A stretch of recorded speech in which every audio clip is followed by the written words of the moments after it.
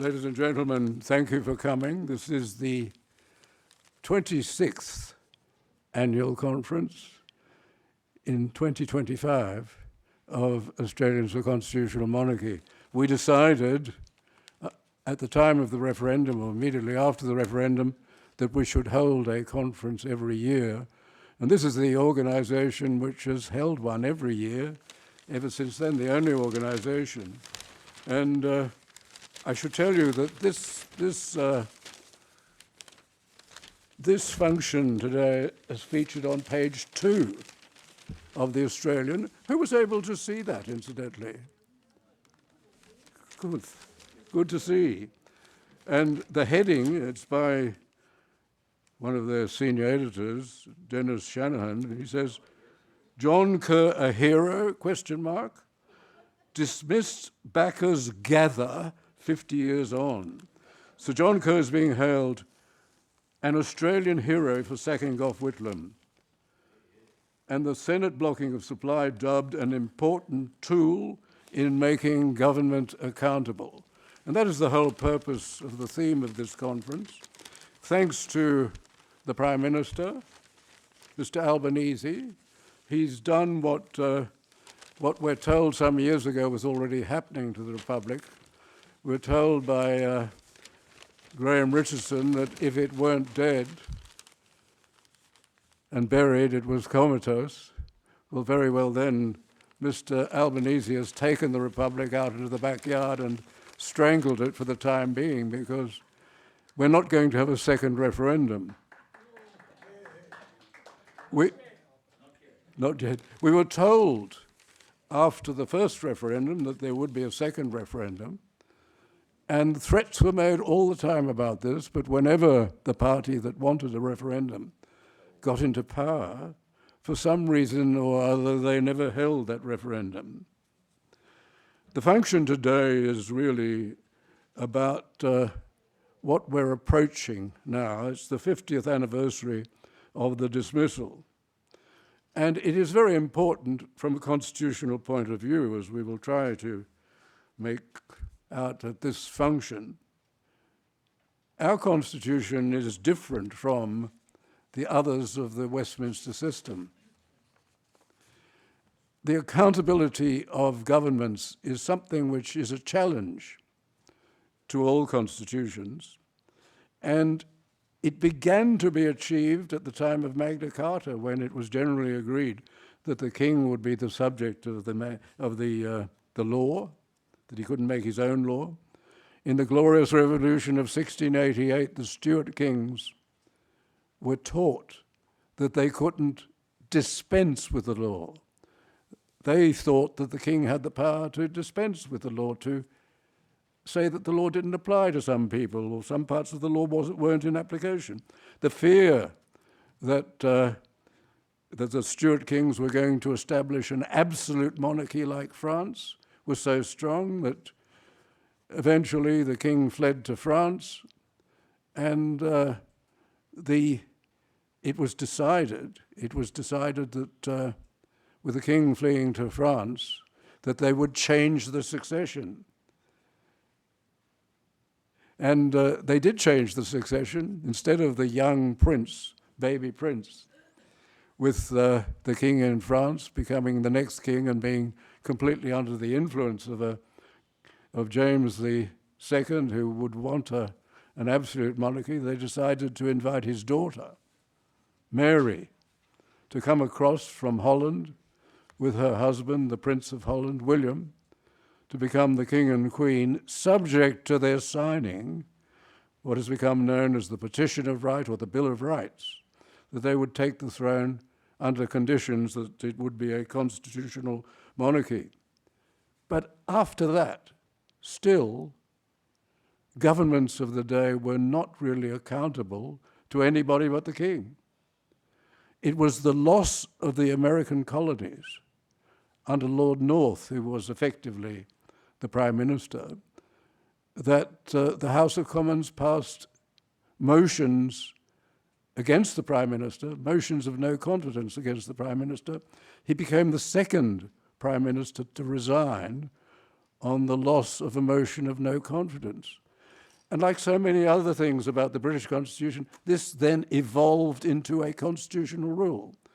And the rule was governments of the day must have the confidence of the House of Commons. If they lost that confidence, the Prime Minister must resign. Now, Australia was a very advanced country in the 19th century, advanced politically. A number of major reforms started in Australia. The secret ballot, for example, giving the votes to women, having universal suffrage, all men, for example, got the vote once self-government was given in Australia. And within a short period of time, women also got the vote. And they had the secret ballot. A number of measures were adopted. And what emerged in all of the colonies was that governments were accountable not only, as in Britain, to the equivalent of the House of Commons, the lower house, the Legislative Assembly, but they were also accountable to the upper house. That was a very strong theme of the development of our federal constitution. It's often denied now. But what those who drafted the Constitution did in the conventions and in the discussions about the convention was to establish a strong Senate representing the states equally, because there would have been no federation had the smaller states not been treated equally in the Senate. The Senate had the power to bring down a government. That was always understood. They never did it until 1973, but they had that power. It was there in reserve. One of the people we're going to be discussing or mentioning because of the dismissal of the Whitlam government is Mr. Gough Whitlam himself. He was a charismatic man.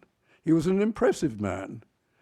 And he could be very amusing, he and his wife. I remember on one occasion, I was at a lunch of about 15 people, and Gough and Margaret were there at the lunch, as was a former Chief Justice.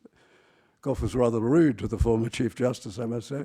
But during the course of the meal, somebody picked up their knife, and as they picked up their knife, they accidentally ran their knife against their glass, so you got this ringing noise. And Margaret Whitlam said, "For heaven's sake, don't do that. Gough will only stand up and make a speech."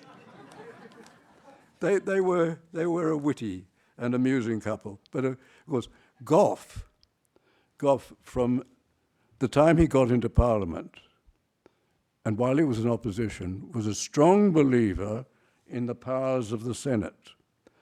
And by the time close to his taking power, when the Labour Party won the government, close to then, on one occasion he had his shadow Attorney General, Lionel Murphy, table in the Senate the number of times before that occasion when Labour had decided to block a money bill or supply. He had them table the list. There were 169 occasions when Labour had tried to block supply or vote against a money bill. And they were tabled in the Senate, and Gough, in the House of Representatives, Gough Whitlam said, "We didn't do this just for show. We did this to destroy the government. The purpose of this was that the Prime Minister of the day, a coalition Prime Minister, the Prime Minister of the day would have to go to the Governor-General and either recommend an election or advise the Governor-General to call somebody else to form a government." He was very strong on this. And so on 170 occasions, you got the Labour Party trying to bring down a government. The only reason it never succeeded was that there had been a split in the Labour Party between the Catholic Conservatives and the rest. They regarded some of the others in the Labour Party as near-communists. That split was a major split. It led to the formation of a separate party, they got a significant number of senators and members of the House, and those senators would never join with Gough to bring down a government. So 170 times he tries to bring down a government. He says this is the consequence, they must resign. When he got into power in 1972, the coalition, because they objected strongly to what he was doing in 1973, moved a motion in the Senate to hold supply until the government held an election. Gough immediately went to an election, advised the Governor-General to dissolve the Parliament. The Governor-General did. An election was held in 1973, which he won narrowly. The first one he'd only won pretty narrowly. It wasn't a landslide as is sometimes presented. The second one he won again. And he had told the House, told the opposition, that something that Labour had conceived, which was the idea of getting a massive loan of money from the Middle East through a money broker who was very questionable, Tirani. He was to get this money to the government. The opposition did not think this was a proper thing to do. It was an enormous amount of money. The idea was that all of the mines of Australia would be bought back by the government and they would become government-owned mines. The opposition strongly was opposed to that. The government, as it became unpopular, withdrew that. But then it was found that the government was still trying to find the money, and the opposition, under Malcolm Fraser, decided that the government should go to an election over this. They should be finished. So his Senate numbers withheld supply. And that is what we're talking about now, because Gough Whitlam then changed his mind. He said, we've got to stop this sort of thing. He refused to resign or do anything about it. Eventually, on the 11th of November, Remembrance Day of 1975, he went to the Governor-General. He was about to recommend a half-Senate election. A half-Senate election would have not solved the problem, because a half-Senate election would only have resulted, say he got the numbers in that half-Senate election, he would have only got the numbers for the Senate, which would be filled in the following June. It would take 7 months to get the numbers in the Senate. It was of no worth. The Governor-General then said, do you still persist in your refusal to accept the decision of the Senate and to resign and advise me what to do? And Gough looked surprised, but he knew this was going to happen. He believed that the Governor-General did not have the courage to do this. And this will be explained, and explained brilliantly, by Lieutenant Colonel Peter O'Brien, who will be delivering the oration at 4 o'clock. And that resulted in the dismissal of the Whitlam government, an election within 3 weeks, which was won in a landslide by Malcolm Fraser. The people decided.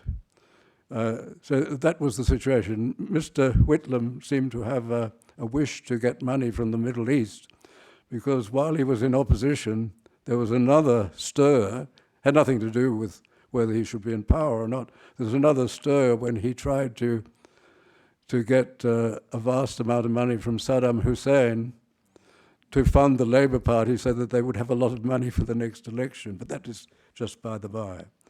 We're going to be looking at that today, and Peter O'Brien will be giving the oration on this.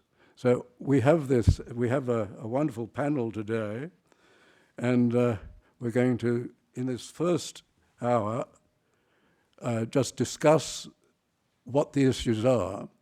At 3 o'clock, we'll be joined by John Howard. John Howard will be interviewed, and John Howard, who was a MP at the time of the dismissal, who then became a very successful Prime Minister, John Howard will be giving his views to us for half an hour. We'll then have an afternoon tea. We'll then just show some short videos. And by about 4 o'clock, Peter O'Brien will deliver the oration, and then there'll be some questions on that. So that's what we're proposing to do today. And may I introduce you then to our panel. Not all are here today, but they will no doubt be coming. Jai Martinkovich, who was the executive director. I'm speaking to the members of the panel nearest to me. He is a finance broker. He is the executive director of Australians for Constitutional Monarchy. John Owen, who is an executive from Microsoft with an international experience in the United States, in France, and in Australia, who was very much associated with the Churchill Society, and brings us knowledge and understanding of the United States Constitution, but also the Australian Constitution. And we have Alexandra Marshall, who's the editor of Spectator Australia in its online edition, where she works wonderfully and produces an enormous output. It's very worth looking at. It's online. There are wonderful articles there. It's Spectator Australia in its online edition. It's called, curiously, Flat White. But you will find it a fascinating source of information. And Daniel Tagados, who has spoken before with us, who is an Iranian-Australian constitutional monarchist and has explained to us the situation in Iran under the present republic and what it was like under the constitutional monarchy of the Shah of Iran and of the proposals for the restoration of the present Shah.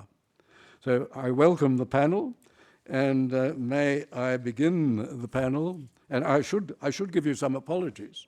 The Honourable Rachel Merton, who's a member of the Legislative Council, was coming here, but unfortunately she's been called away for political matters.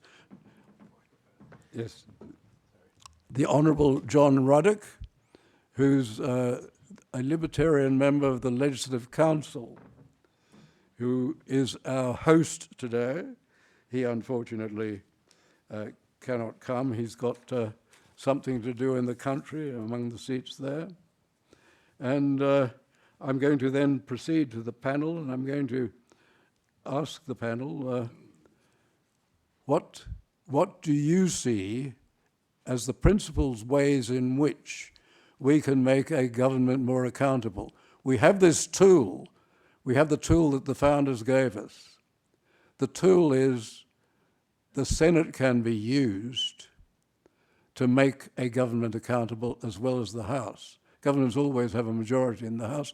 The whole basis is on that. What the founders are really saying to us, vote strategically.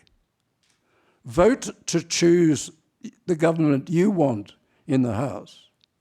But when you're voting in the Senate, vote so that there can be controls over whatever government emerges. This is often forgotten. We think that the Senate vote should mirror the House vote, not if you are thinking about controlling the government of the day. Well, I'm going to ask the panel to identify, if they will, ways in which they think governments can be made more accountable in Australia. Jai. Sure, well, I'll be very pleased to kick that one off.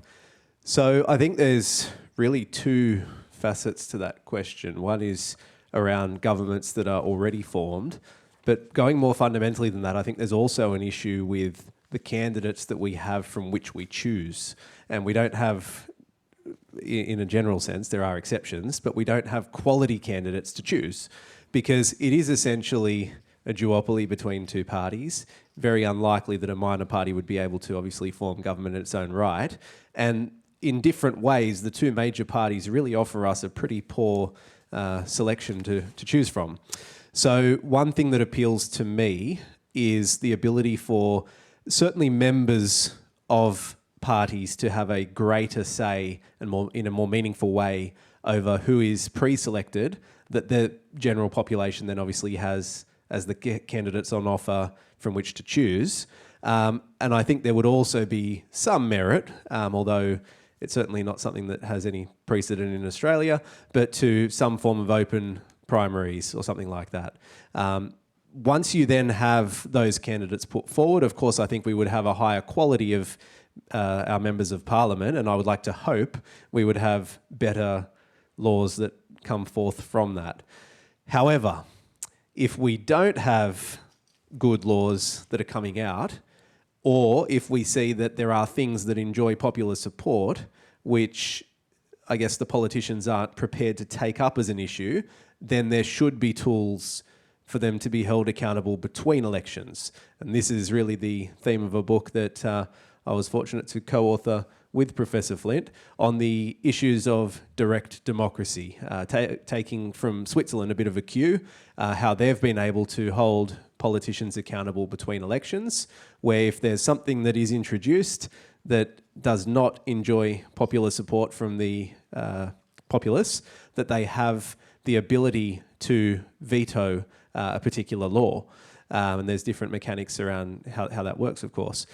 Then on the flip side, if there's something that they want to propose, which politicians won't touch, they also have the ability to put that onto the agenda. And I think some form of that in Australia is something that would be very good to explore. I think having tools to hold people accountable between elections is not a bad thing. So that's my 2 cents. John. Same question? Yes. I'm going to take a little different take than you did on this, slightly because of my being born in California and becoming an Australian. So I have a more intimate knowledge of the U.S. Constitution than I do the Australian Constitution. But I think one of the things that's really important is that, and we're seeing this clearly evident today, is that a limitation on, of donations and money in politics that we have is a very good thing, because what we're seeing in America is billionaires buying elections.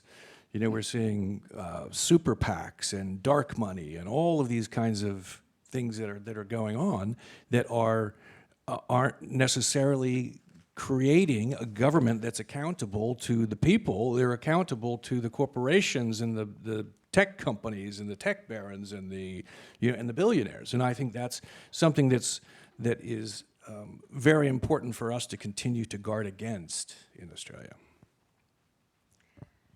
It's interesting what you say about accountability for the members of, like, the Liberal Party, for example, having some kind of say over the candidates and the policies that are taken to an election. I read in the Courier Mail that there's a new group, reclaimthedream.com.au, who are looking to give members back their choice and their power so that exactly what you say can happen, which is that we will get better members selected for parties. However, I come from a generation where Gough Whitlam is more of it's a story. He's like a hero to some and a villain to others, but we don't have any first-hand experience about what happened. And at the same time, my generation and the two beneath me are experiencing a world which has got extraordinary political change. It's like for the last 30 years, our governments have been sleepwalking in this kind of dormant state where everything has been pretty normal and casual. And now, all of a sudden, after ignoring good policy and implementing antagonistic policy toward people, whether it's constraints on free speech or things like not allowing people to choose net zero or ignoring the referendum for the treaty in Victoria, as I'm sure if anybody's from Victoria, they'll know, that is causing a rise of a new generation of young people who no longer trust their government, they don't believe their politicians, they don't even want to vote. And that's a pretty serious problem. And I think accountability in government, like we saw in the Whitlam years, where somebody who gets out of control can be taken out of office, is a lesson that kids will start learning again today. And so I don't know if there's a solution, but definitely learning some of the history is important for what's going on now. Yeah. I hope this one is working. Yeah. Yes, it's working, Daniel. It is working. Yeah, thank you. On top of what other panel members said, I'd like to emphasize that maybe thinking out of the box would be a better thing. Maybe giving more powers to non-elect elements of the Constitution would be a good thing, because what we see right now is Liberal and Labour Party suggesting almost similar policies, and there's no choice. There's no choice in that whether you choose a Liberal or Labour or any other candidate, well, any other candidates will not have a chance because the majority of people will vote between the two. And Liberal and Labour are continuing on the same path. I mean, I have seen from 2018, 2019, since I've been here actively, that nothing has had a fundamental change. Even with Labour Party forming a government, nothing has fundamentally changed. Even they have made things worse, yes, but it hasn't changed direction. The direction is still the same. Maybe the speed is different. But what I'm thinking is maybe giving power to non-elect elements of the Constitution, be it a council or the Governor General or something like that, would be a good idea. Plus, we don't know how we are going to measure a government's performance. There's nothing to measure. How do we determine if a government is doing good? Maybe increasing inflation is not something bad necessarily, but for another goal, for a greater goal. Or maybe increasing inflation is inherently a bad thing. We don't know. So maybe we should try to define like a performance measure or a performance index for the governments so that people can decide for themselves and choose for themselves when they're voting for a candidate and for the policies of the candidate. If Thank I you. Yes. may add one thing to Yes. that. I think what we all need to reflect on, and I think this really informs how you approach this issue, is how much you believe in the common sense and good judgment and the decency of your average Australian. Now, I don't think every Australian is necessarily as informed as what they should be. That's definitely something that's lacking. But if we looked at that in combination with perhaps, and I know there'll be many views on this, but having non-compulsory voting, then those who don't want to have a say on certain issues don't need to, especially if they don't feel they're informed on those issues. But those who have taken the time to inform themselves, have an opinion on both sides, of course, then they should be able to put that forward. And I think that is probably, in my opinion at least, those people who would take some position in such a question are decent people and they are worthy of having that voice, and I think we would get a better outcome. Thank you. One of the things which we might also look at. Can I add something? Yes, certainly. Well, I'll fight you to the death on compulsory voting, getting rid of that. But my job is to watch what people say online all the time. And I have to tell you that the politicians who are not engaging in the conversation online are missing out on pretty much everybody under 40, which is a big problem for elections going forward. And the people who are poorest at talking to younger people are the Conservatives, except for a few young, talented people coming up on the minor parties in both here and places like the UK. Reform is winning the majority vote against the major parties purely because they worked out how to speak to people online. And so going back to that idea of having good candidates, losing merit by getting rid of all the pre-selections and forcing our candidates to actually argue their policies and their values is costing the Conservative movement a lot. It's also meaning that there's no repercussions for bad policy or poor candidates. So definitely, if we're talking about how to change accountability, I think they have to start learning to have conversations and not be afraid of what the press, and I know I'm a member of the press, but what the press will print about them. I tell the story in my Spectator column for this weekend. I was invited onto a yacht on Sydney Harbour because a guest of one of the organisations from the UK had been invited, and they gave him this showing of the harbour. And as we were there waiting for more people to get on, I heard a commotion just near the gangway. It was near the Opera House.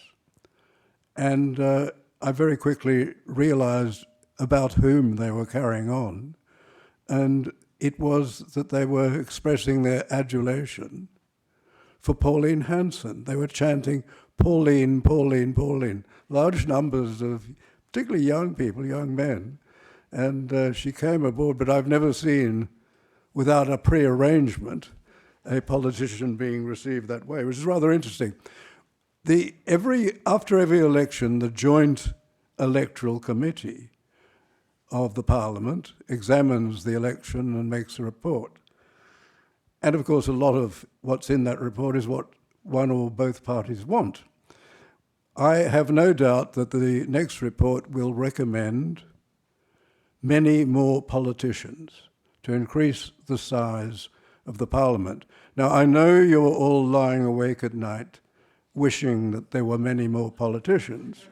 Well, this will probably be satisfied at the next election because I suspect that the Liberals will join in, and the Nationals will join in the recommendation or the Act of Parliament, because you can change the size of the Parliament through an Act of Parliament.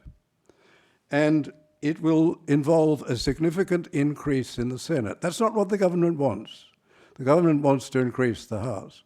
But the Constitution contains a provision that there must be twice as many members of the House of Representatives as state senators, not territory senators, state senators. That's the interpretation of the High Court.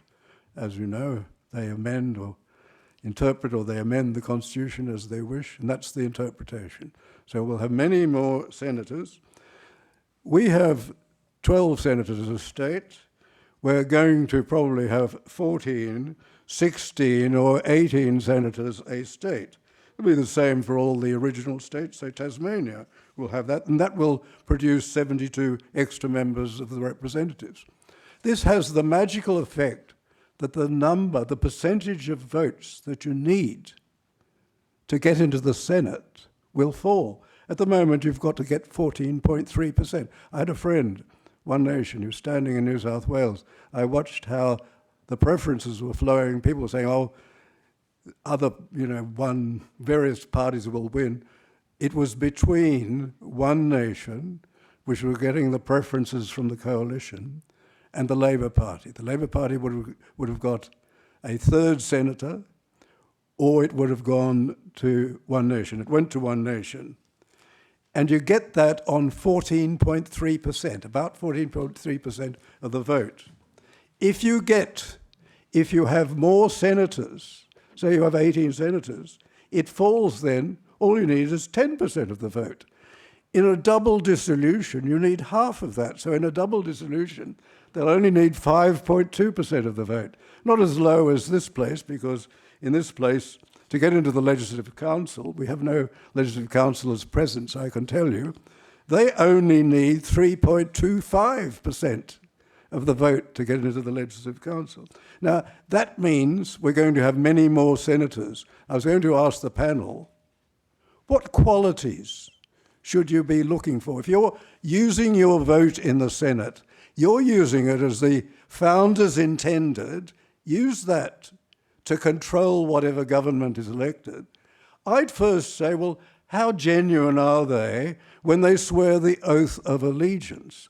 The oath of allegiance is to the Crown, meaning to the federal Crown, to the federal Commonwealth, under the Crown and under the Constitution. When they swear that oath of allegiance, do they mean it? And I'd look at other qualities. I'm going to ask the panel, what qualities would you be looking for in relation to the election of a Senate? And there'll be many more senators, probably, after the next election. Jai? Sure, I can kick that one off again. So I think firstly and foremost, it's a worldview. So when I'm looking at a candidate and I'm looking at issues that are going to flow from that worldview, I think I'm looking at what is it that they believe at their core.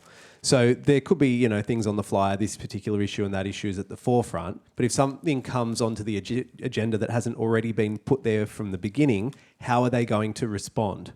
So I think there's that assessment, but then also knowing that you don't obviously need to vote for the same party as in the lower house. So I think having that check on what's happening within the lower house, you can have that higher level view that maybe is focused on a few more specific issues that are of interest. So fundamental issues are the things that get me, the structural things that we're built on. So yes, the Constitution, support of that. Things like the Oath of Allegiance would show, I guess, a particular leaning on that. That would be an important issue too. So, yeah, fundamental worldviews, from that, fundamental issues, and then issues of the day, I suppose. From what you said before, Jai, you mentioned common sense. Would you be looking to someone who has exhibited common sense in their decisions? Yeah, definitely. And in addition to that, I think having achieved something in the real world. So it's one thing to go through, talking about how candidates end up there in the first place, if they've gone through major parties or, on the other side of politics, if they've gone through trade union movements and sort of been pre-selected through that method, then they haven't necessarily had any actual life experience. So I would prefer a candidate who has life experience. They perhaps have a young family that they've been able to sort of raise to a level that now they're able to have a bit more free time and do something in Parliament. They can bring some real experience to the table. I mean, the bar is pretty low for quality of senators, let's be honest. I'm pretty sure I saw one federal senator crawling around in the mud outside Parliament House at one stage. So I come from the business world, and most voters would agree that a standard level of behaviour is a great start. Voting for what they say on their policies is another great start. And just generally upholding some proper values that align with the Constitution and with our country. So yes, as far as what we vote for, the public is not asking for much, just some basic stuff. And I don't mind a professional politician if they treat politics as a proper profession and not as a stepping stone to their future career. So I'm fine with that. But yes, I agree with you, David, about having a better choice. Good. Yeah, as a first-generation migrant, and as someone who has lived under very poor conditions politically, for Senate, if I'm voting for someone, first and foremost, I look at their stance in the politics, whether they're leftists, rightists, right-wingers, or where they stand on various issues, but mostly their idea of policy and where they stand on that. That's very important for me, rather than real-worldly issues like how much budget should there be, or what it should be spent on, stuff like that. For lower house, I might look into that, but for Senate, I would look into their political stance, and most importantly, as the other panel members mentioned, I particularly refuse to vote for candidates who are there only to fill a quota, because I know how that ends, and any candidate who also advocates for that, I would strongly refuse and recommend others to not vote for as well. Daniel, could I ask you a question which is not really on this, but it is something which interests me? We're seeing in the world today a very curious development, and that is a close association, an alliance with the far left, the communists, and the Islamists, that is extreme people who believe in Islam, very extreme, politically extreme. Your family is from Iran, and I seem to recall that one of the major reasons, or one of the major parties' alliances bringing down the Shah, was an alliance between the Tudeh party, the Communist Party, and the Islamists, the mullahs, in Iran. Did that work out, do you think? Was it a good move? And what happened? What happened incidentally to the communists? Well, you're asking me, but it depends who you ask. It didn't end very well for the leftists, of course. They thought maybe with using Islamists and their network of mosques to, invite people to, to rebel against the Constitution and against the Shah, to then take over the government. They thought that's a good idea, but it backflipped on them. And thousands of their members were executed, killed within their party, with executions by Islamists or all of that. And I'm not exaggerating numbers. The numbers are tens of thousands across a 10-year time span. For Muslims, not Islamists, I'm not talking about Islamists themselves, for Muslims it also turned bad because it repelled people from religion and from the sanctity that the religion itself had within the culture, within the people. And, well, for the normal people who just stood by and didn't do anything, it particularly went bad because they found out that if they're not active against such a coalition, and if they don't speak up, if they don't stand up, they will lose, and they will lose bad. Every year since 1980, there has been an active 20% inflation in Iran as a result of mismanagement or non-existence of management due to management positions and political positions being chosen solely because of quotas and because of alignment with the main narrative of the Islamist leftists, and because of the socialist policies of the republic. So they've lost all they have gained in the past 25 years, in the 25 years prior to that. And the culture has gone downhill as well. People have lost their faith. Religious has gone downhill. And even for leftists, which work on a framework of compassion, the compassion has gone down. People have less compassion for each other because they're in survival mode. So I think everyone is a loser in that sense. And could I ask a question of John Olson, because of his background in the United States?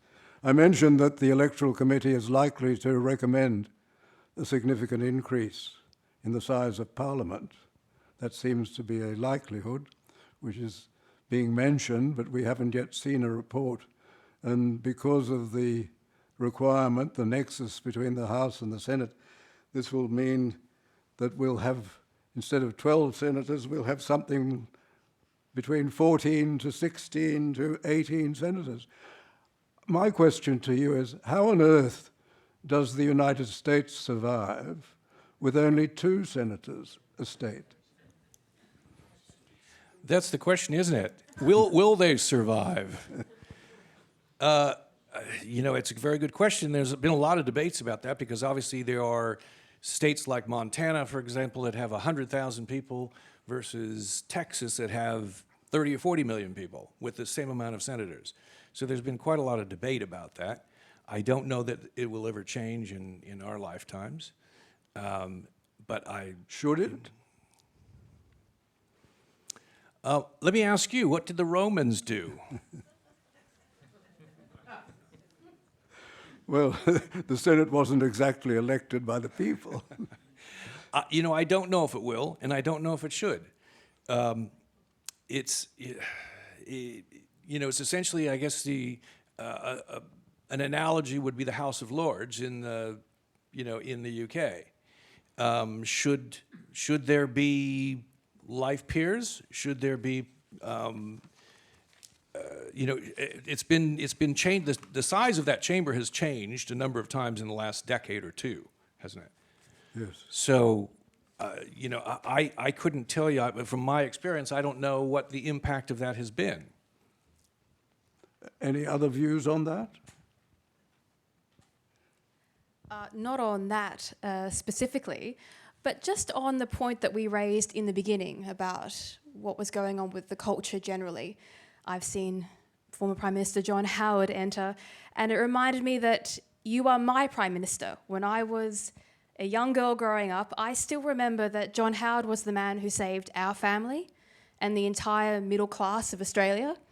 And I remember there being this dark cloud over our country when Keating was in power. Our parents were losing their homes, their businesses, people working 2 and 3 jobs. They didn't even have their cars anymore. And then politics changed. And as I said, it was like a cloud lifting off the country and there being hope. I think people can feel the clouds gathering again right now. They're not quite sure. A lot of people grew up with a pandemic. They were locked up. They're seeing their free speech being taken away. They're seeing very disturbing things happening around the world. It doesn't feel like my childhood where there was hope.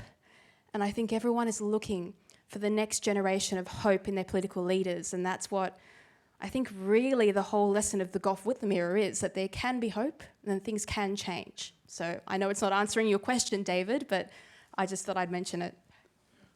Well, it's time now for me to thank the panel and invite the panel to return later.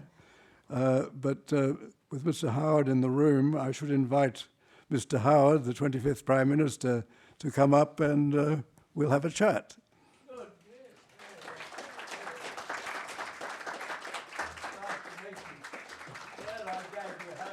That comment about your role as Prime Minister always makes me think of the fact that when you left the Prime Ministership, you had achieved something extraordinary in modern times, and that was you left the Prime Ministership having paid everything off.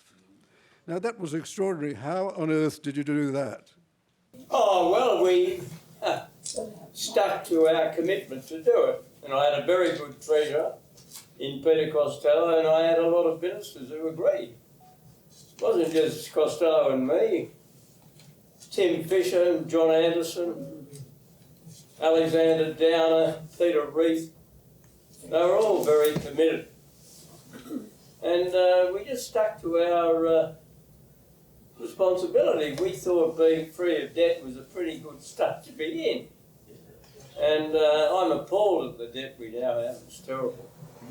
Now, some of it was unavoidable because of COVID, but a lot of it has been created by those who followed Scott Morrison as Prime Minister. I think this present government, I'm an unreliable witness, I know, because I'm heavily committed to one or other side of politics, but I think we've got too much debt. And we've just lost our way, and unless you have a set of guiding principles, you're not going to be a very good political party, and you're not going to be a very good government. John, you were a young MP at the time of the dismissal, were you not? What's your recollection? Oh, very vivid. The day of the dismissal commenced with a party meeting, a meeting of the Liberal and National Country Party, it was then called. It was when Malcolm Fraser was the leader of the opposition and Doug Anthony was the leader of the National Country Party.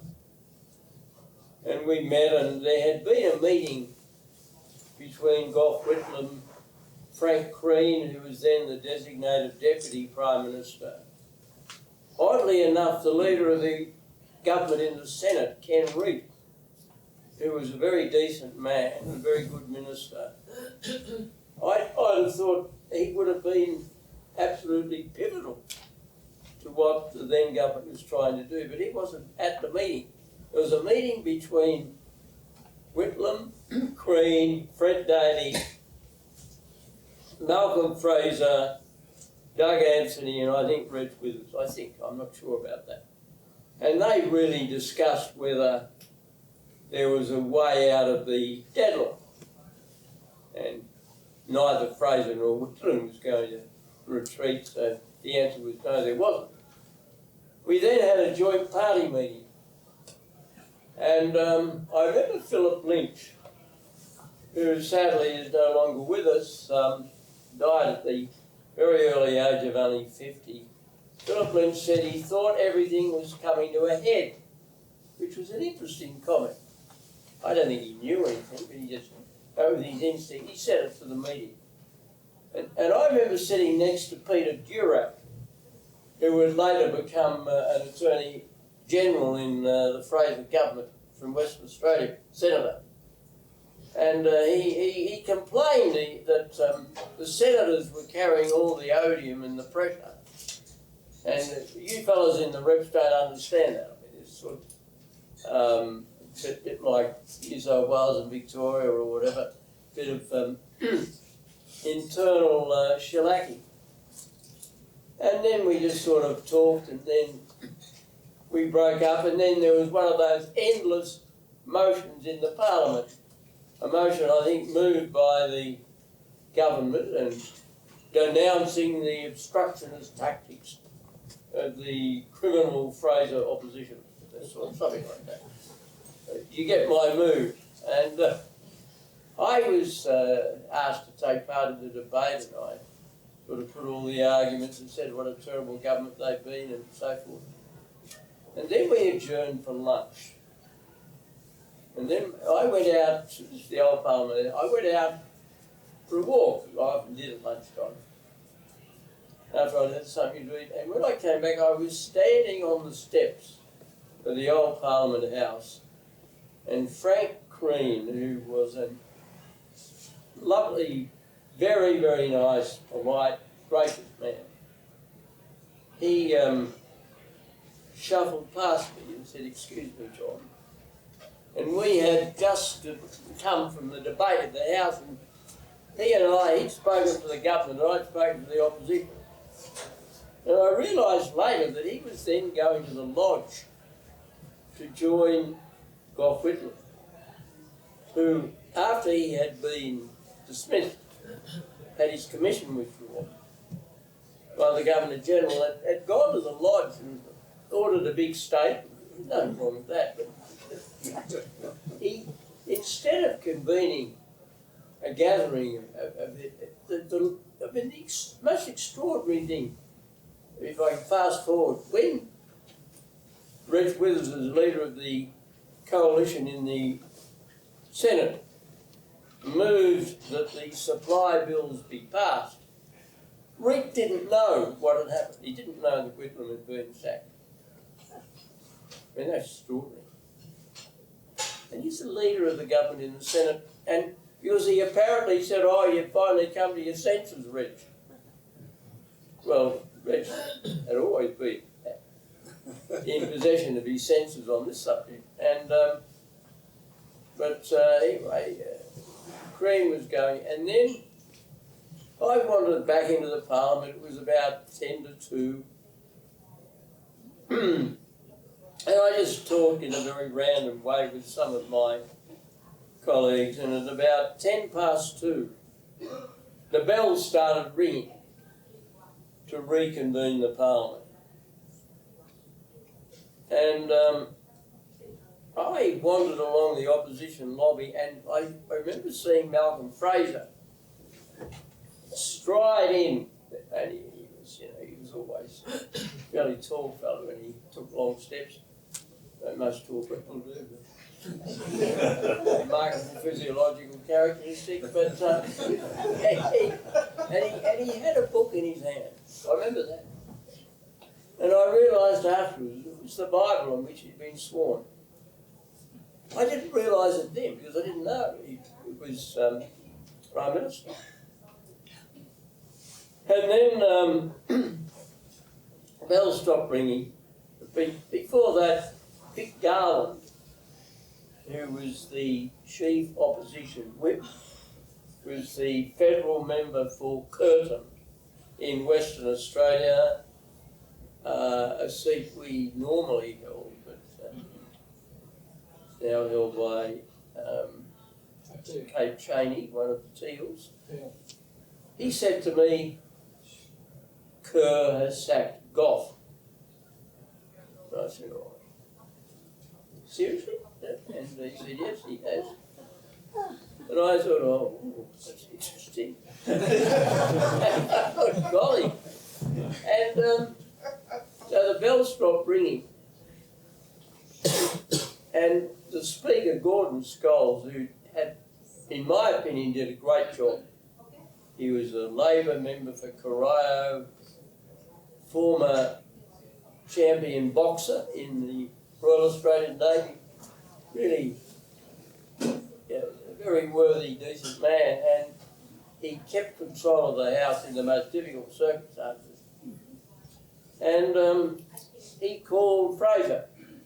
And what convinced me that what Garland had said was right was how he called Fraser. He didn't say, I call the leader of the opposition.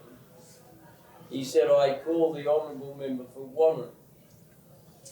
Now, Fraser was, even though he was opposition leader, he was always the member for Wannon, as I was always the member for Bennelong, and Gough Whitman was always the member for Werribee. And the fact that he had not employed the title of leader of the opposition meant he was no longer leader of the opposition. And then Fraser rose and explained what had happened, the meeting he'd had with the Governor-General. He tabled the legal opinion that Sir Garfield Barwick had provided to Sir John Kerr, and so it went on. And by this time, the Labor benches were very angry, which I understood. And I felt, I didn't feel triumphant or truculent. I felt a bit uneasy. I knew that it was going to cause a great deal of division. And even though I'm as partisan as the next person, I don't like deep division in my country, whether you're Labor, Liberal, Catholic, Protestant, atheist, whatever. I don't like deep division. And I was a little uneasy, but I felt that what Fraser had done was correct. I supported it and said so at a shadow ministry meeting. And this idea that Fraser imposed his will on all the people in the coalition parties was wrong. He didn't. There were a lot of people who were very, very gung-ho to throw the Whitlam and his mob out as quickly as possible. So we then Fred Daly moved a motion that the House has no confidence in the Prime Minister. Prime Minister then, of course, was Fraser. And naturally that vote was carried on party lines with the leader of the losing party was Prime Minister, and with a request that the Speaker take the resolution to Government House and ask the Governor-General to reinstate Whitlam as Prime Minister. Now that clearly hadn't happened. It didn't happen because, apart from anything else, before any of that could have happened, a proclamation dissolving the Parliament was issued by the Governor-General, and that was read on the steps of Parliament House, as is the normal custom, in advance of an election. It was read by David Smith, who was the official secretary to the Governor-General, and that brought forth that well-remembered and remarkable comment of Whitlam when he said, well may we say God save the Queen, because nothing will save the Governor-General. Unfairly, the reference to Kerr's Kerr was misinterpreted by some as a criticism of David Smith by Whitlam. It wasn't. It was the Kerr, spelled C-U-R, was Malcolm Fraser in Whitlam's mind, not David Smith. David Smith was merely doing his constitutional duty. And I remember the atmosphere was turbulent and people were very unhappy. And I remember, I mean, there are a lot of things I remember, but just to highlight, later that evening, I was walking through King's Hall with Bob Ellicott, who later became Attorney General in Fraser's government and who had issued a very prescient legal opinion saying that Kerr might have to do what he did. And we ran into Senator Jim McClellan. Jim McClellan, as some of you may know, had been and was then still, and I don't know, maybe they both died, but a very close friend of John Kerr's, and had been involved in helping the right wing of the Labor Party. Laurie Short, who some of you will have heard, was of the Iron Workers Federation, who's really DLP, or a long battle with the communists for control of that very important union. Jim McClellan, naturally, I knew him well, and he was a lawyer in Sydney, and Ellicott knew him well. And he stopped us both, and he said something that I thought was very, very revealing. He said, you lot have the Queen's man in the bag from the beginning. Now, what I thought was interesting about that was two things. Firstly, that he acknowledged that they didn't have the Queen's man in the bag. But very importantly, he saw it in terms of who owned who, not in terms of resolving the thing on proper grounds. But I don't know. I to this day am utterly convinced that the real victim of that event was John Kerr. You had the clash of wills of two very determined, strong-willed men. You had a government that was behaving in a very irregular fashion. I mean, to authorise it, with great respect to the people of Pakistan, a Pakistani commodities dealer in Tirith Kemlani, with the responsibility of raising money for the Commonwealth of Australia. He lived on peanuts and lemonade. It's true, he was an extraordinary person, because the idea that if Australia were to borrow money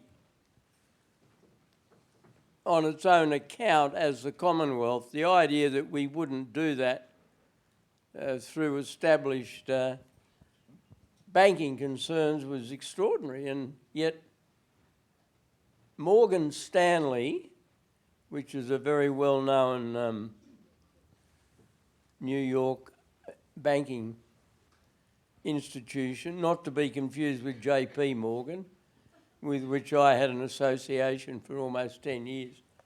I just mention that by way of full disclosure. These days you've got to disclose everything. It's just amazing, and yet he was apparently recommended by somebody, and anyway, he's just one of those. I met him with Bob Ellicott. Bob Ellicott was the senior counsel and I was the instructing solicitor. And but it was an extraordinary day, And I remember it was in my early years. I was elected in 1974, and I was a junior shadow minister for something or other in 1975, and I was staying at the Rex Hotel in Canberra, and Malcolm and Tammy Fraser were staying there as well. And I recall being downstairs having a cup of tea with a few other colleagues, and Malcolm and Tammy arrived back and went up to their room, and we sort of just waved and said hello. And of course, the other thing I remember very vividly was Malcolm McKerris, who many of you will know as a psephologist, and I like Malcolm. He's not everybody does, but I like him a lot. And we were roughly the same age, and he many years ago had worked for the Federal Secretariat of the Liberal Party.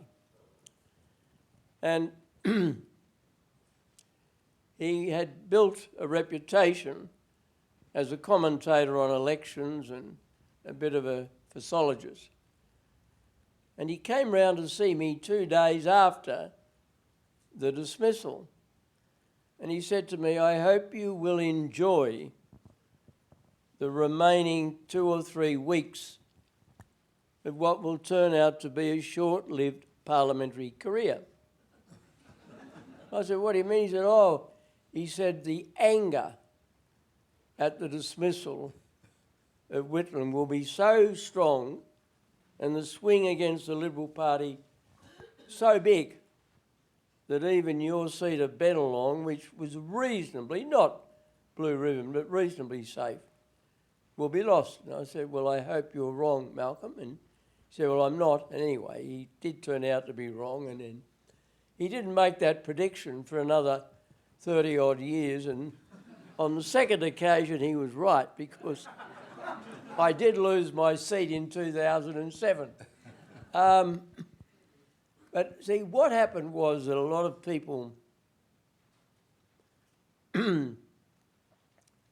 misunderstood the opinion polls. They started off before we blocked supply. They started off being very pro the coalition because people were unhappy with what Whitlam was doing. They were unhappy with the deteriorating economic conditions and the like. And they wanted to vote the government out. But then the nation seemed to be gripped in this big crisis and seemed to be no end to it, and people were starting to get nervous because it's not something that we were used to in Australia. And as a result of that, they turned on Fraser and the coalition in the opinion polls. But once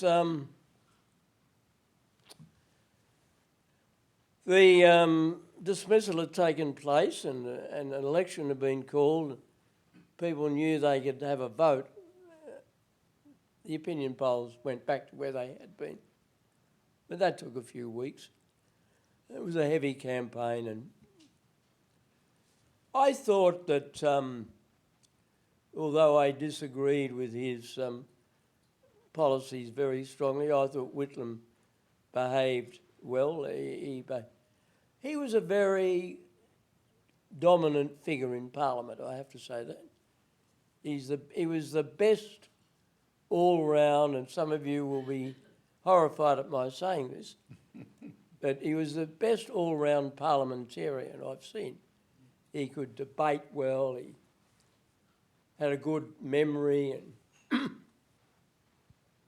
just on that, John, if I may interrupt you, Whitlam, when he was leader of the opposition, had Murphy table in the Senate 160 times when they'd tried to stop a money bill, and he was on the record, he made it very clear that the purpose of this was to destroy the government. Oh, and look, Look, David, you were right to remind me of that. I mean, I was just recalling some of the things that I was specifically involved with. There's no doubt the overall argument that the opposition was quite justified and used power available to it to defer supply. Because under our system, we have a bicameral system and the Senate is fully elected. It's not like the British House of Lords. And it has collateral power over money bills,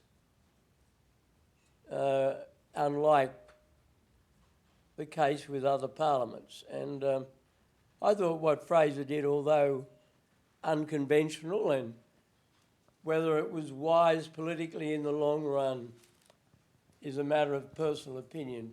In the end, it went to the people. And the people decided on 2 consecutive occasions to vote for Malcolm Fraser ahead of Gough Whitlam. Just on that, what link do you see between the dismissal and the rise of the Republican movement? None. Oh, that's interesting. No, I don't think so.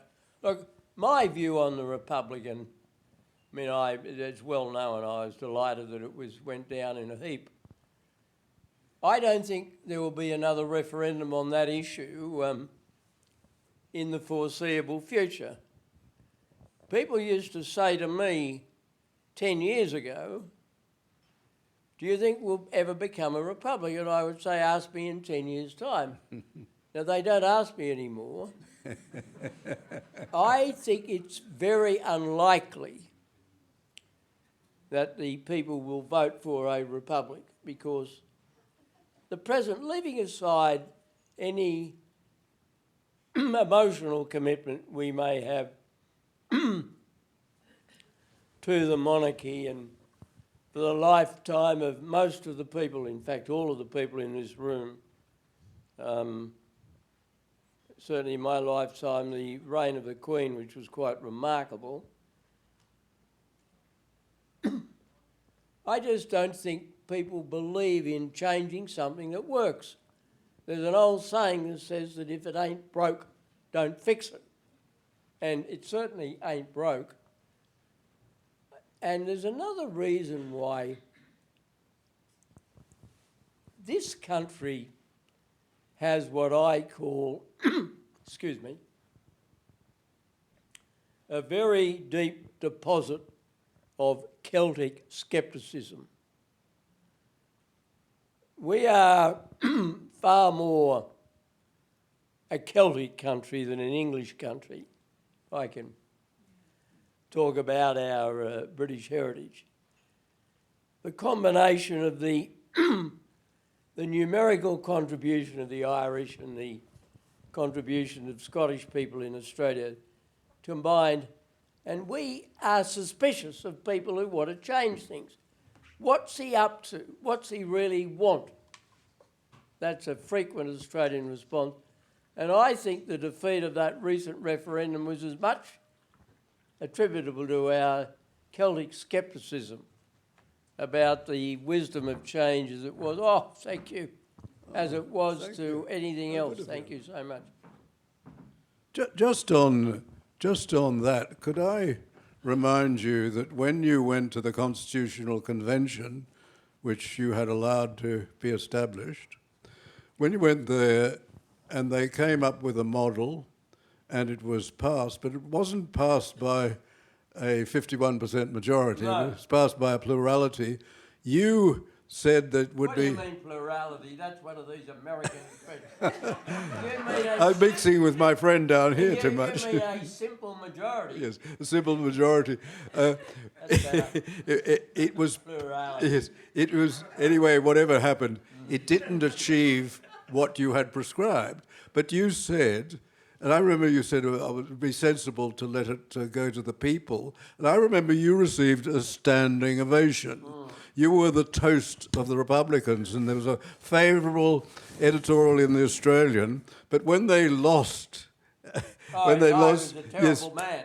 And they say you rigged the convention, you chose the model, and you fixed the question. And that's been appearing for years in letters to the newspapers, and letters editors allow these to go on, although I think they know none of this is true, is it? Well, Alexander Downer, when he was the... Where did I get this to work?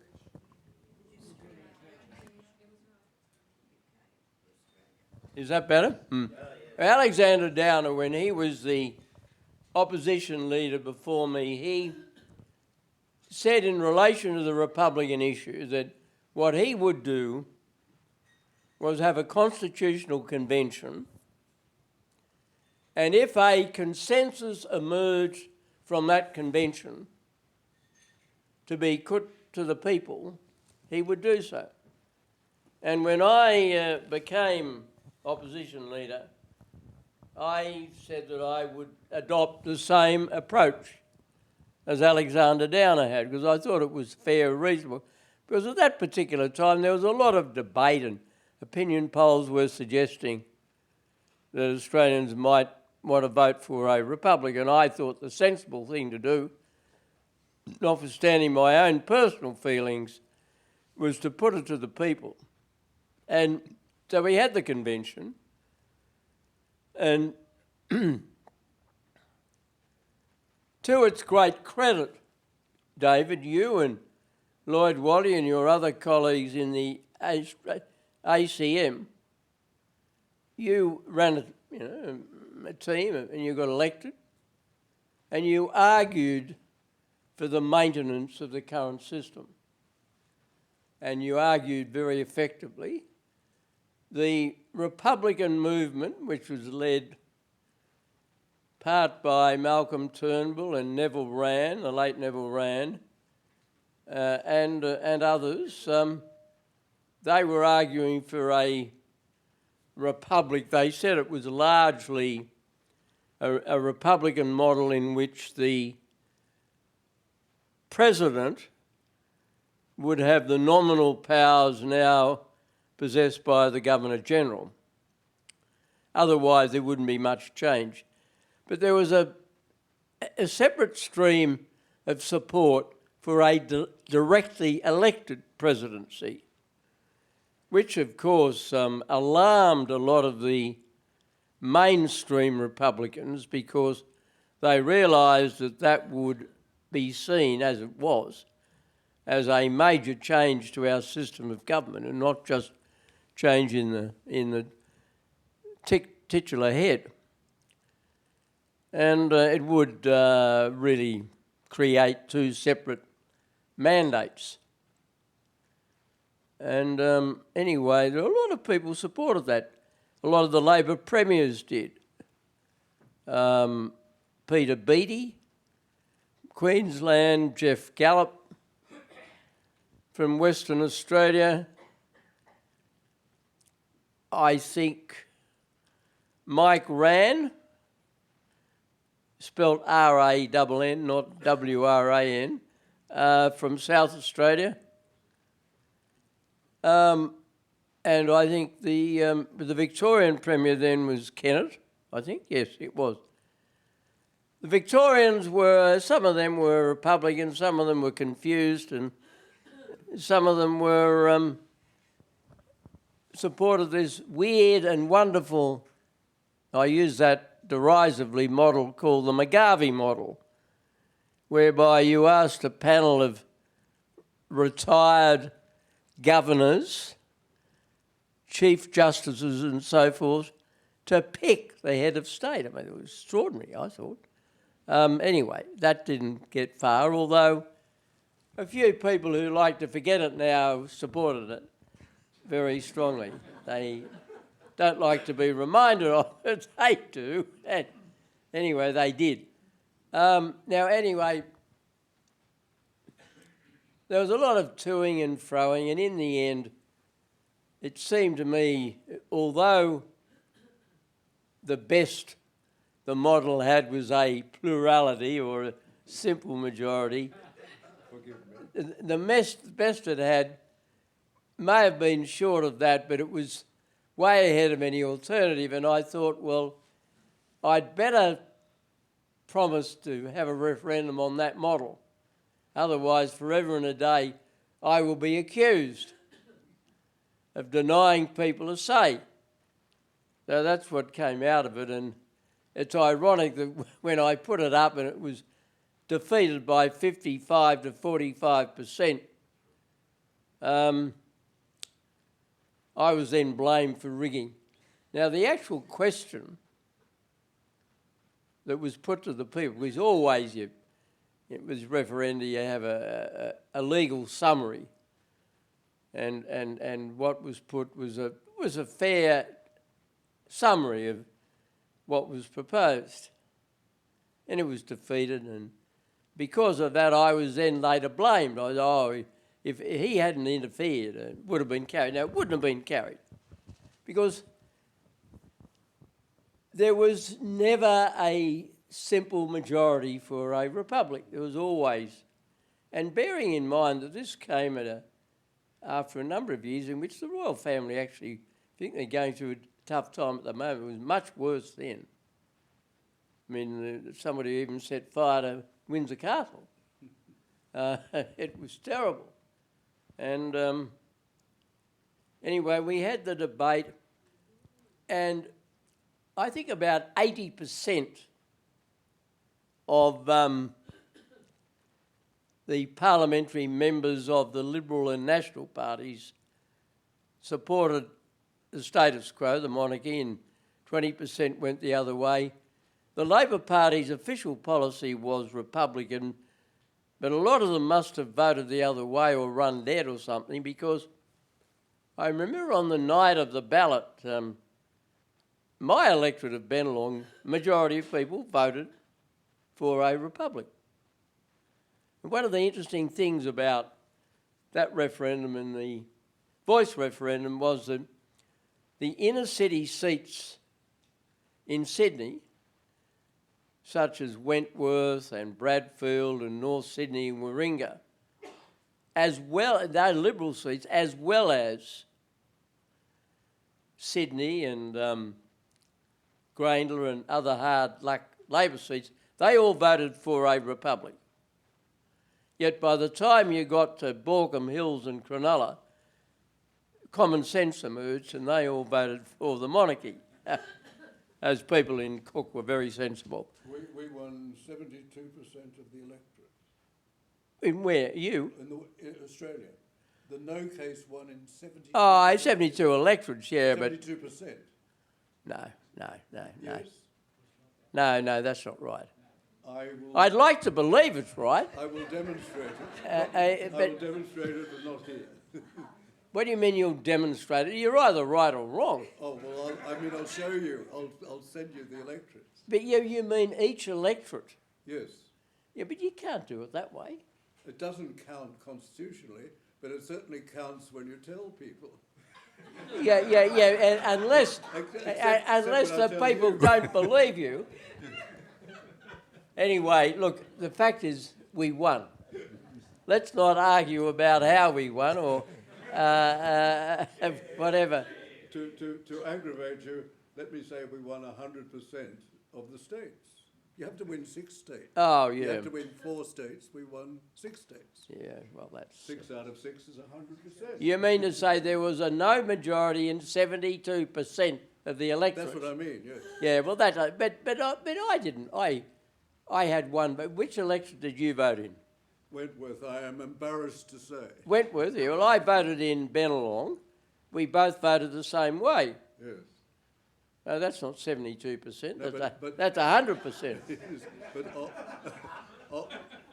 What do you mean? the no vote prevailed in 72% of the electorate. Oh yeah, that's what I tell you. What this Celtic, you have Celtic background here. That sounds a very Irish way of arguing a case to me. It's never been suggested that I'm Irish. Well, Other I races don't have been know. suggested. I'm more Irish than I am anything else by background, although the name is English. But anyway, we won't get into that. But all I can say is that our Celtic scepticism has saved us on a number of occasions. And I had an early dose of this. When I was 12, the Australian people voted on a proposal to declare the Communist Party illegal.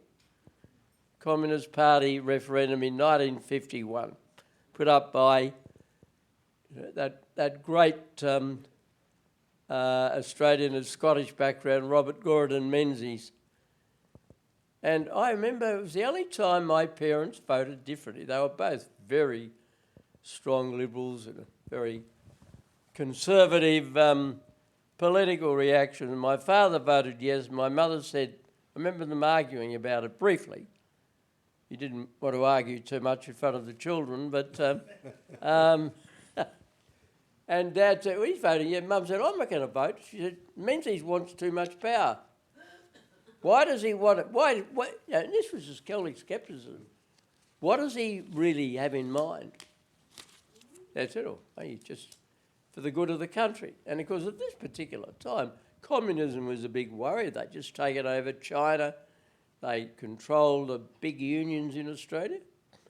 But oh no, you couldn't persuade Mum, and they had a short, sharp exchange, and I'm sure they voted differently on election day. And that was Mum's natural said.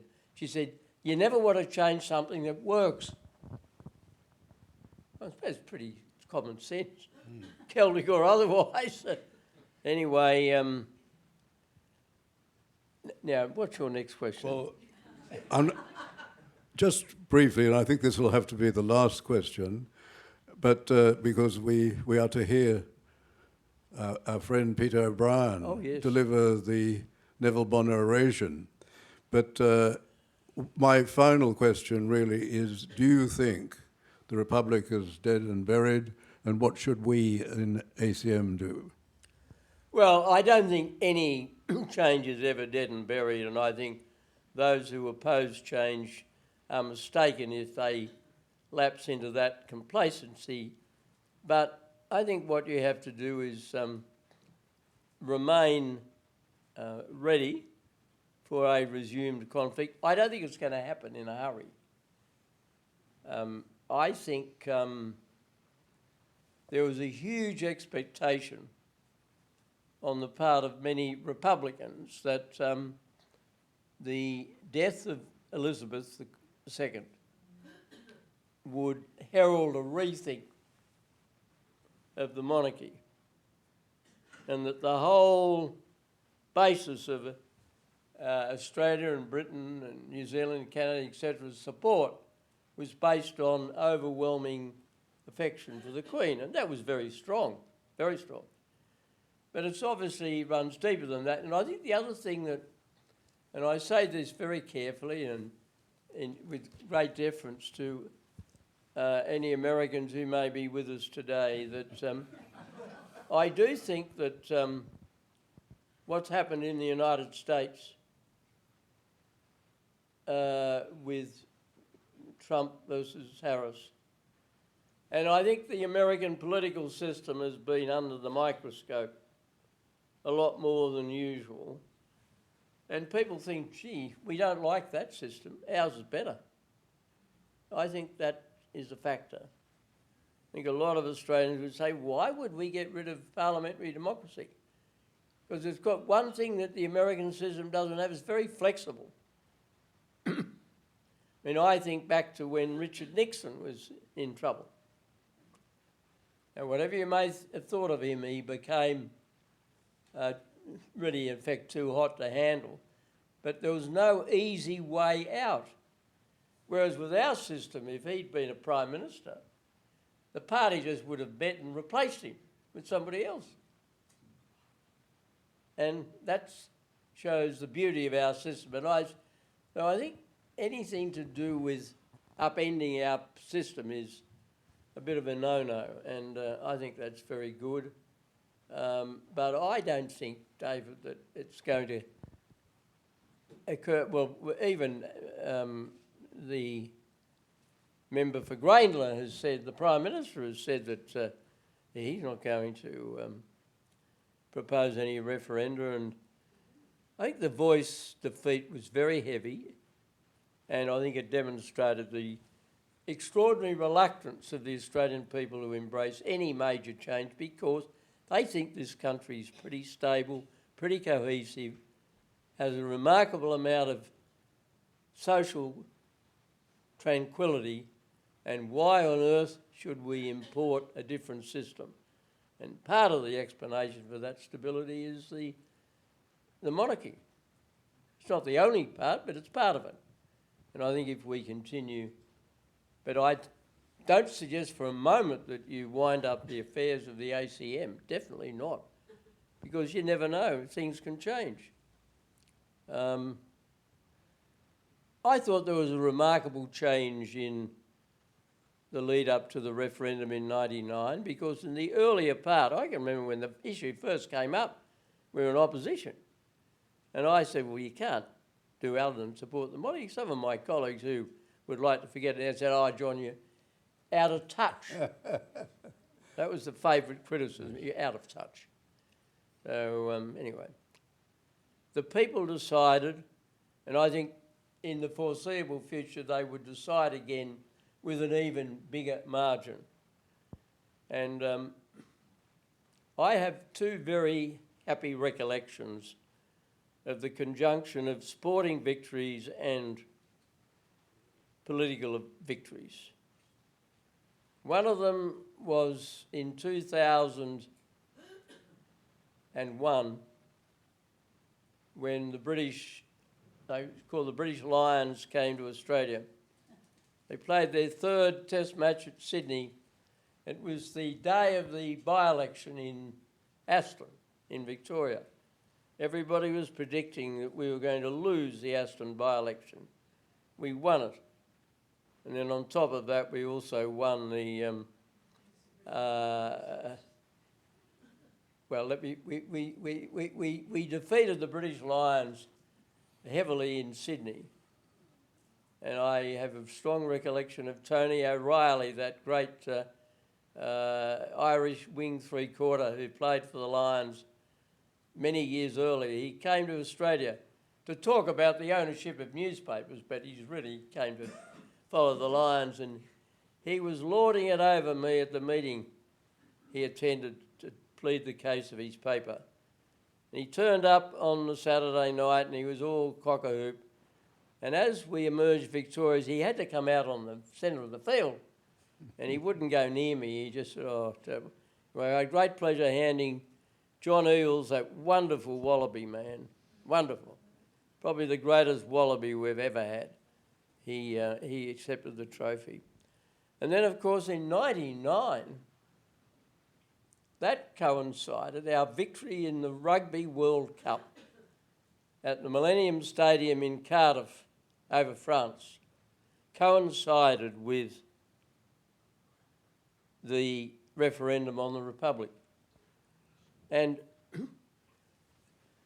by the time the Queen had sort of reached the stage of handing out the individual trophies, and she'd been told of the result of the referendum, and was, although she was scrupulously neutral, she was obviously personally delighted at the result. I mean, why wouldn't you be? As she handed them out, a wonderful centre three-quarter of ours, Timmy Horan, who came from Toowoomba, took his medal and sort of in a very loud voice said, I voted for you, Your Majesty. Now, I think I should hasten to say that I don't think that test should have been applied to every member of the team, but so what? They were great events, great sporting achievements for Australia, and great political outcomes. I'm not, of course, going to talk about the loss of the Rugby World Cup to England. Johnny Wilkinson's three-point field goal. No, that's another matter. Anyway, I've talked too much. On behalf of ACM, Mr. Howard, I wish to thank you, but I think I might dare say on behalf of Australia, I'd like to thank you for your service to this country. Thank you. having heard Mr. Howard, we now proceed to the Neville Bonner oration. For those of you who do not know Neville Bonner, he was the first Aboriginal Australian to become a member of the federal parliament, in fact, a senator. And he was a great supporter of Australians for constitutional monarchy. He'd by that time retired from the Senate. And I remember at the Constitutional Convention. The Constitutional Convention was called by John Howard. That was to consider the question of a republic, because Mr. Howard and Mr. Downer had argued that the question of a republic should be considered by the people and the opportunity given if there was support for it to be put to the people. Kerry Jones asked me to speak to Neville Bonner, and I did, and we worked on his speech, which was on the theme, "How dare you?"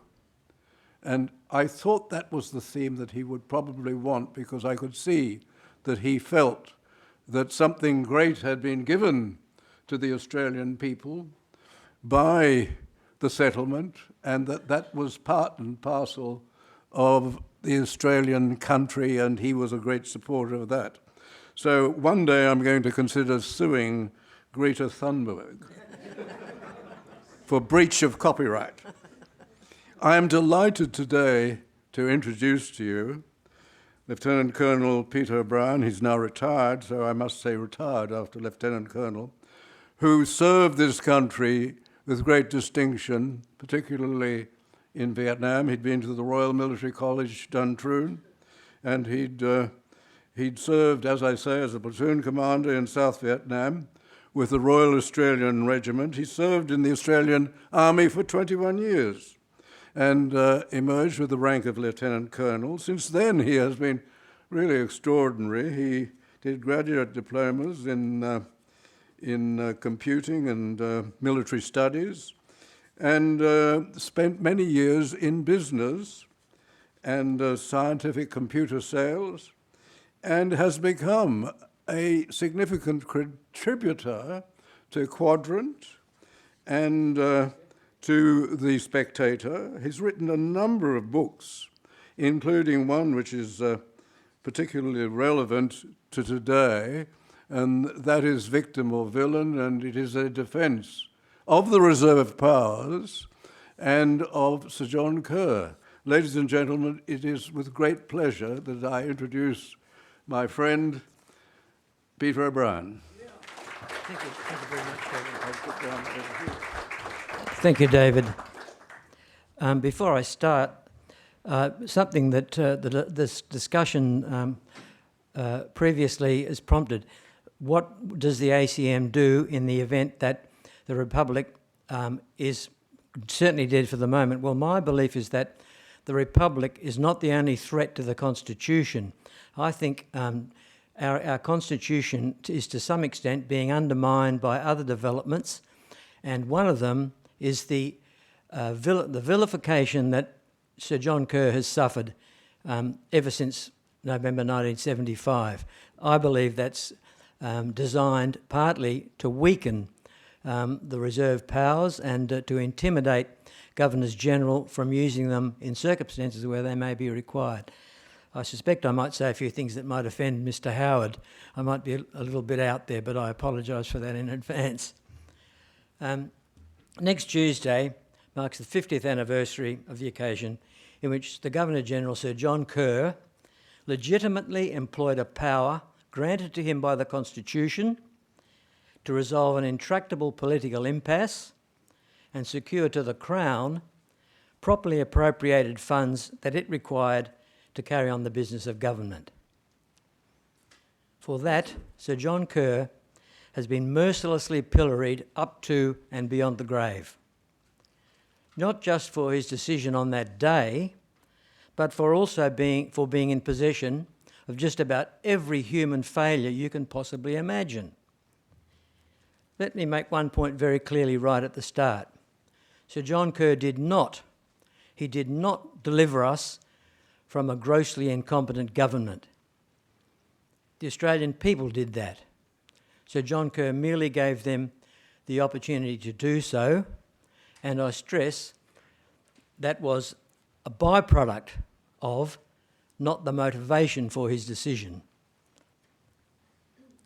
I had anticipated that this anniversary would see a renewed attack upon Sir John, and so I suggested to David that we should mount a response.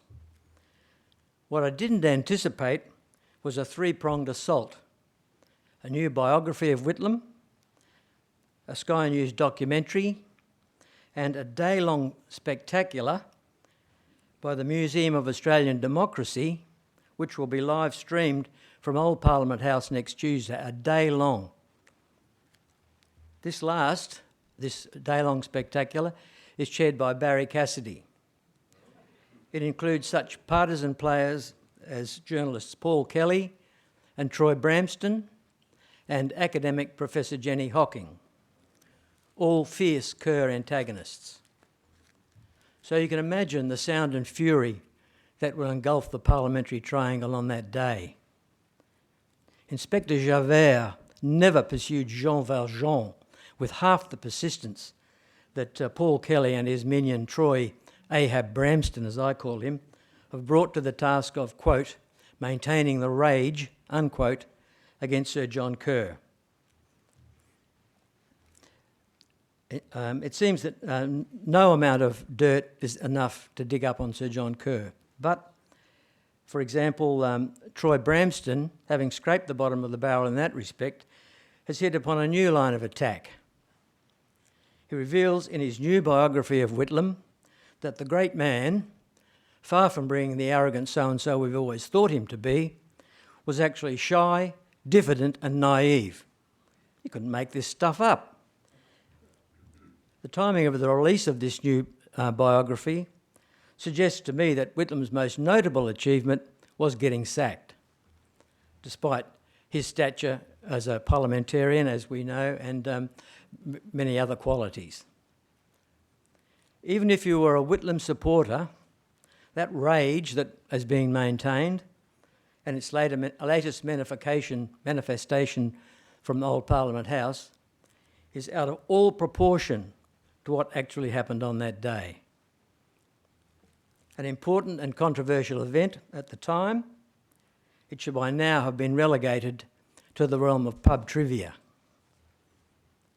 In 2022, I wrote a book entitled Villain or Victim, subtitled A Defence of Sir John Kerr.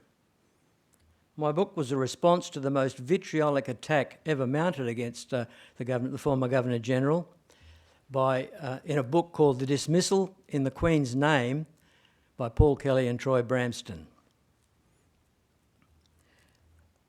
My book was therefore necessarily a defence of Sir John Kerr. Now I want to go beyond defending him, I want to honour him. And that is why the title of my talk this evening is An Australian Hero, a tribute to Sir John Kerr. As then Chief Justice Sir Garfield Barwick said, Sir John did his duty. What Barwick did not say is that he paid a very heavy price for doing so, and he did it in full awareness of the consequences to himself. That makes him, in my view, an Australian hero.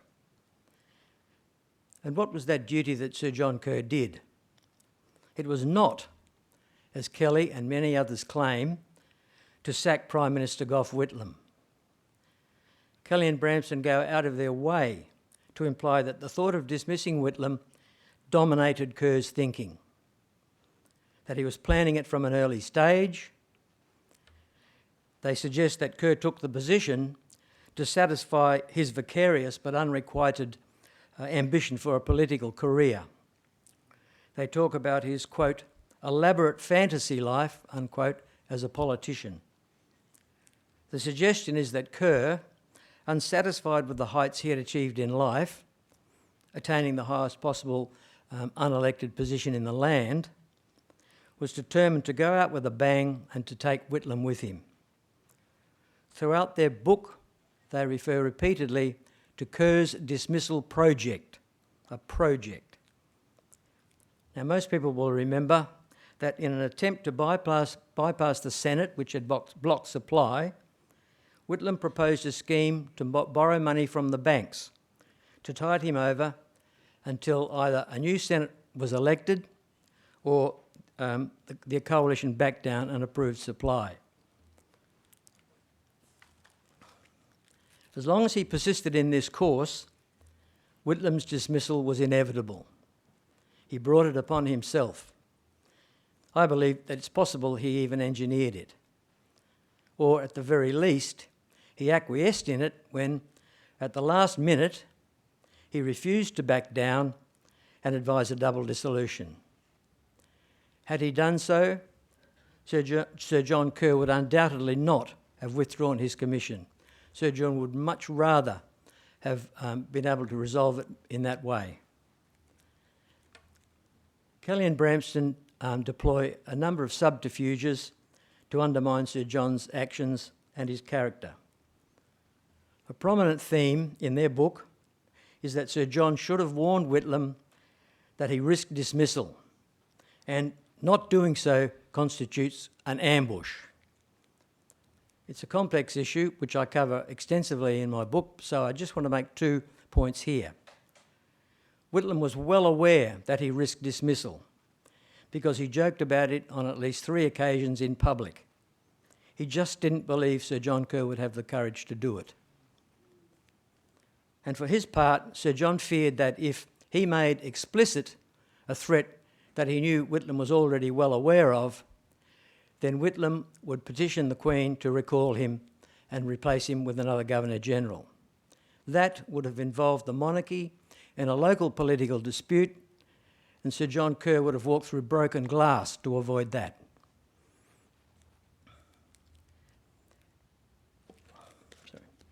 Another myth which promises to be showcased certainly in the Sky News documentary next week and also in the old Parliament House is that Sir John forewarned Malcolm Fraser that he would sack Whitlam and commission Fraser that afternoon. This was in a phone call at 9:55 on the morning of the 11th of November.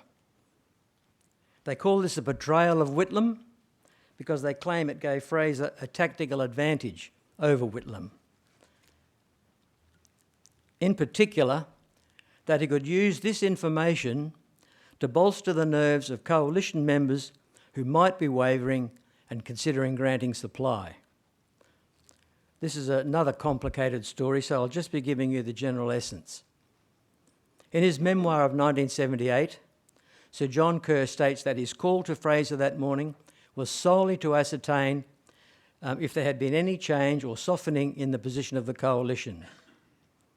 A phone call of that nature would be entirely proper and indeed necessary in the circumstances. Fraser convinced him that there had been no change.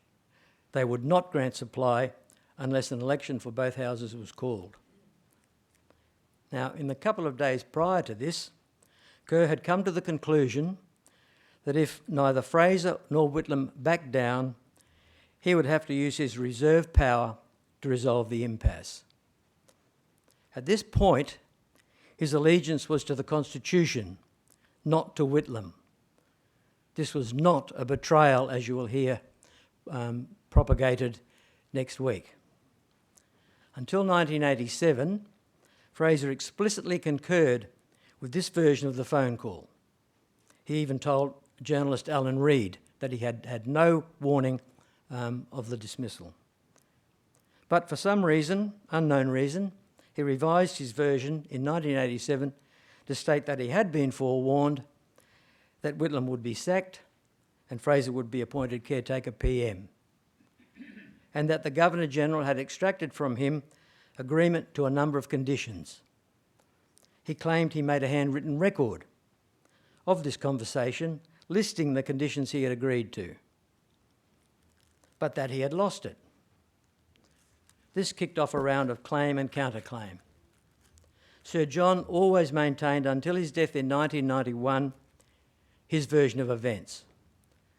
And so it remained a he said, she said standoff until a handwritten note suddenly emerged and the story took off again. Fraser apparently found it among his papers in the early 2000s. He gave a copy of it to Troy Bramston in 2013. And what do you know?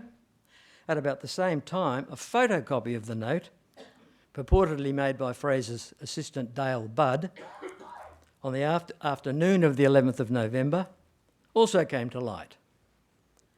Budd says he copied it because he thought it might be of historical significance. Presumably, therefore, he would have filed it safely away somewhere. Now, given the controversy of this nature of Kerr's phone call had been going on for a number of years, since 1987, how serendipitous was it that the original and the photocopy both came to light at about the same time, 25 years after the event.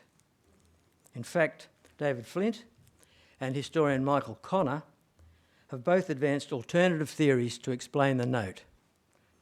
Either that it was a list of points that was triggered in Fraser's mind during the phone call, or that it was a list of points made later in the day by Fraser after he had been commissioned, covering points that he intended to cover in his address to Parliament.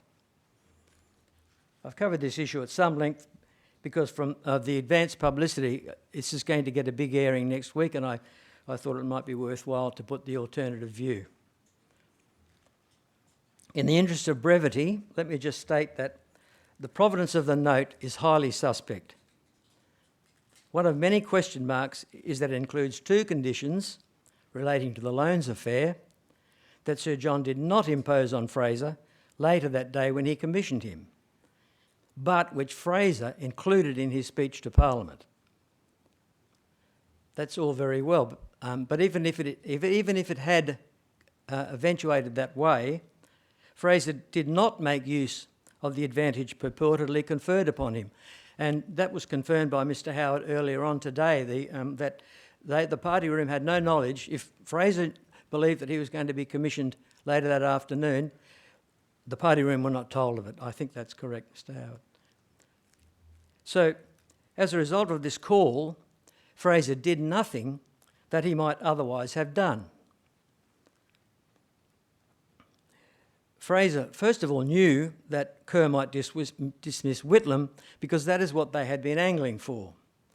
The future Attorney General Bob Ellicott had issued his memorandum, and Kerr had asked the government to give him an opinion on it, which they failed to do. And of course, obviously, the coalition party and Fraser certainly knew that a decision had to be imminent. So, let me summarise. Until 1987, Fraser agreed completely with Sir John that he had not been tipped off about the dismissal. Then suddenly, 12 years later, without any explanation whatsoever, he changed his story. We don't know why he did this, but one thing is clear. The evidence in support of his claim is conflicted and contrived. It does not stand up to even cursory scrutiny. In fact, it stands in stark contrast to the simple and logical account of Sir John Kerr.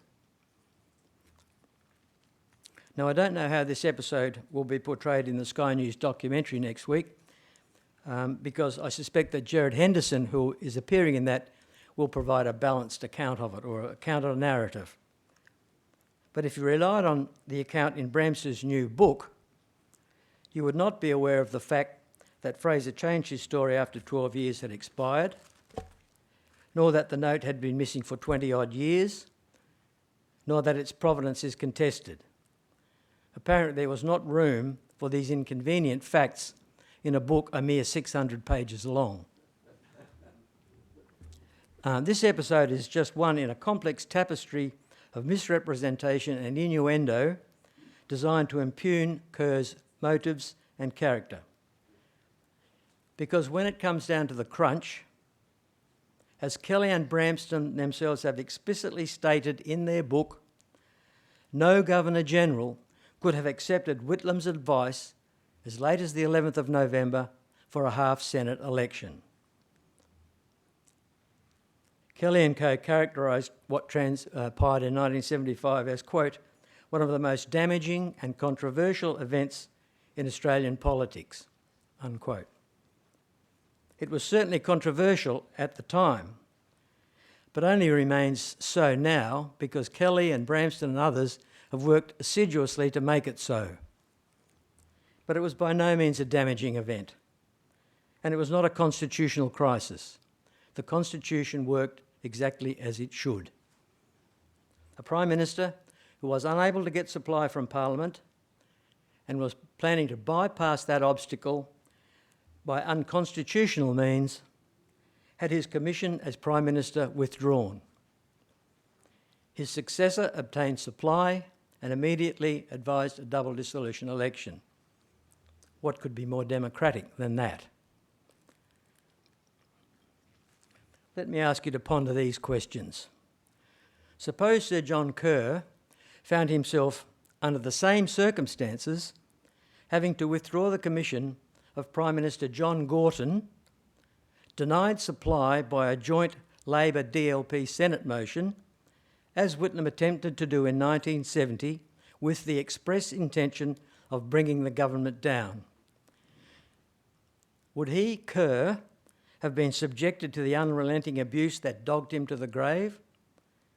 Would Kelly and Bramston be manning the barricades to defend our democracy 50 years on, long after everyone else has gone home? As Gerard Henderson might say, not on your Nelly. Now, Kerr's critics claim that it was unconscionable that he dismissed an elected government. This is a fundamental misunderstanding of our constitutional arrangements. Conversationally, we say we elect a government, but technically we do not. We elect a parliament. The Governor-General appoints a government from within the ranks of that parliament. Section 64 of the Constitution provides that the Governor-General appoints ministers and that they serve at his pleasure. Now, under normal circumstances, it makes sense for the Governor-General to appoint as Prime Minister a government from the ranks of the party which holds a majority of seats in the House of Representatives, because it is they who have the ability to implement a legislative agenda. But this is a common sense convention. It is not a constitutional requirement. Whitlam's position as Prime Minister was not guaranteed by virtue of him being elected. That merely gave him the right to claim appointment. This is a fine distinction, I accept, but understanding it is fundamental to making sense of what happened in 1975. The Constitution makes it quite clear that executive power of the Commonwealth is invested in the monarch and exercised by the Governor-General. He has an executive council appointed by him, that is his ministers, to advise him in this function. In political matters, the convention is that he acts on the advice of his ministers. What this means is that he cannot initiate any executive action on his own account.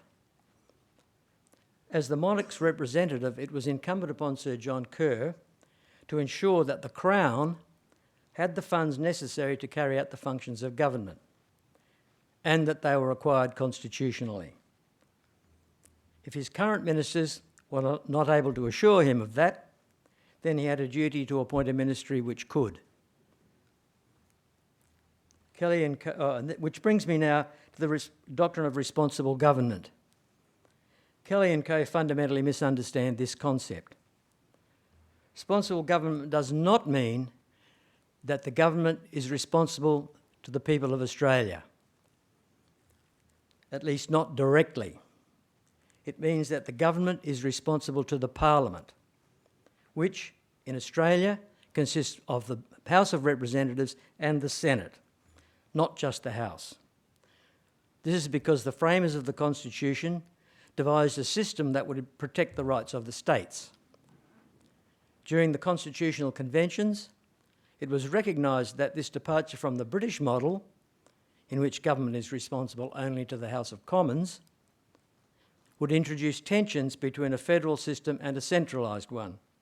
And it is true that two developments have complicated this feature of our Constitution. The first is that power has gradually accreted to the central government, and the second is that the Senate has devolved from being a chamber devoted to upholding the interests of the states to a House of Review that is split along party lines. Nonetheless, these facts have not altered the fundamental constitutional fact that although government is formed in the House, it is still responsible to the entire Parliament. The fact that ministers also sit in the Senate underscores this point. Some constitutional scholars argue that denial of supply by the denial of supply by the Senate represents a vote of no confidence in the government. In fact, Sir Garfield Barwick held that view. And therefore, according to convention, it imposes an obligation on the Prime Minister to either resign or advise an election. Contrary to what Kelly and co claim, it was Whitlam, not Kerr, that was abusing the doctrine of responsible government. In summary, again, Sir John used a power he legitimately held to make executive government accountable to Parliament by appointing a ministry that was capable of securing supply to the Crown. And as a result of that, an election was held. An election at which not only Whitlam's future was on the line, but Kerr's as well. Had Whitlam won, Kerr's position would have been untenable. He carried out his duty despite no small risk to himself. Let me conclude this section of my address, covering the opprobrium heaped upon Sir John, by giving you an example of the academic rigour of Bramston's new book. Let me quote. Sworn in as the Minister for Northern Australia just weeks before the dismissal, Mr Keating said he would have rejected being dismissed. I would have arrested Kerr, Mr Keating insisted. I would have said, you are abusing a kingly power that was never yours to abuse. So therefore, you're seeking to illegally dismiss the Government of Australia, which I regard as a criminal act, and I'm ordering the police to arrest you, unquote. Pause for laughter. Oh, that was my Joe Biden impression. That a former Prime Minister could utter this asinine comment is extraordinary. That Bramston could stoop to use it in his book is just pitiful. It's like taking your granddaughter's crayon drawing of Peppa Pig off the fridge, framing it and hanging it in the lounge room. I should add, though, that it's pretty much standard practice for Kelly and Bramston. You can see for yourself chapter and verse in my book. Now I want to turn to the heritage that Sir John Kerr not only upheld but protected. I'm talking about our Constitution. Had he failed to act as he did, he would have undermined one of the strengths of our Constitution, the reserved powers of the Crown. And that is the second theme of my book. It is my belief that the outrageous campaign against Sir John Kerr, out of all proportion to the significance of the events themselves, has been designed and maintained to undermine those powers, to indoctrinate and or intimidate future Governors-General against their use. Our Westminster system derives from the Glorious Revolution of 1688, which established the supremacy of Parliament over the Crown and limited the power of the monarch. After the death of Oliver Cromwell, the Republic fell apart, and the people welcomed the restoration of the monarchy under Charles II. A monarchy was seen by most as the natural form of government, but it had to be kept in check by an independent parliament which represented the interests of the people. At that time, the aristocracy and the landed gentry. After 1688, the relationship changed. The appointed government increasingly exercised the power, and the monarch became increasingly a figurehead, but not entirely. I would argue that in Australia, by virtue of our Constitution, the roles have reversed.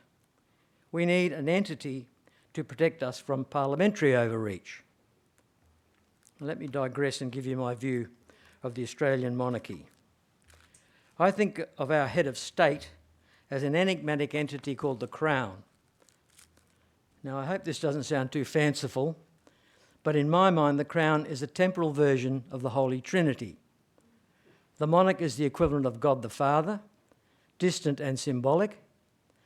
The Governor-General is the equivalent of God the Son, He does the work, and the institutions, rights and traditions that underpin our Constitution equate to the Holy Spirit.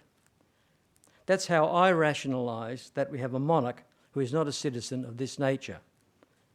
In the same way that different Christian denominations worship the same Trinity, it is not anomalous for Australians to acknowledge a monarch shared by other nations, as long as that monarch exercised no power in this country, and that even when he is present in this country.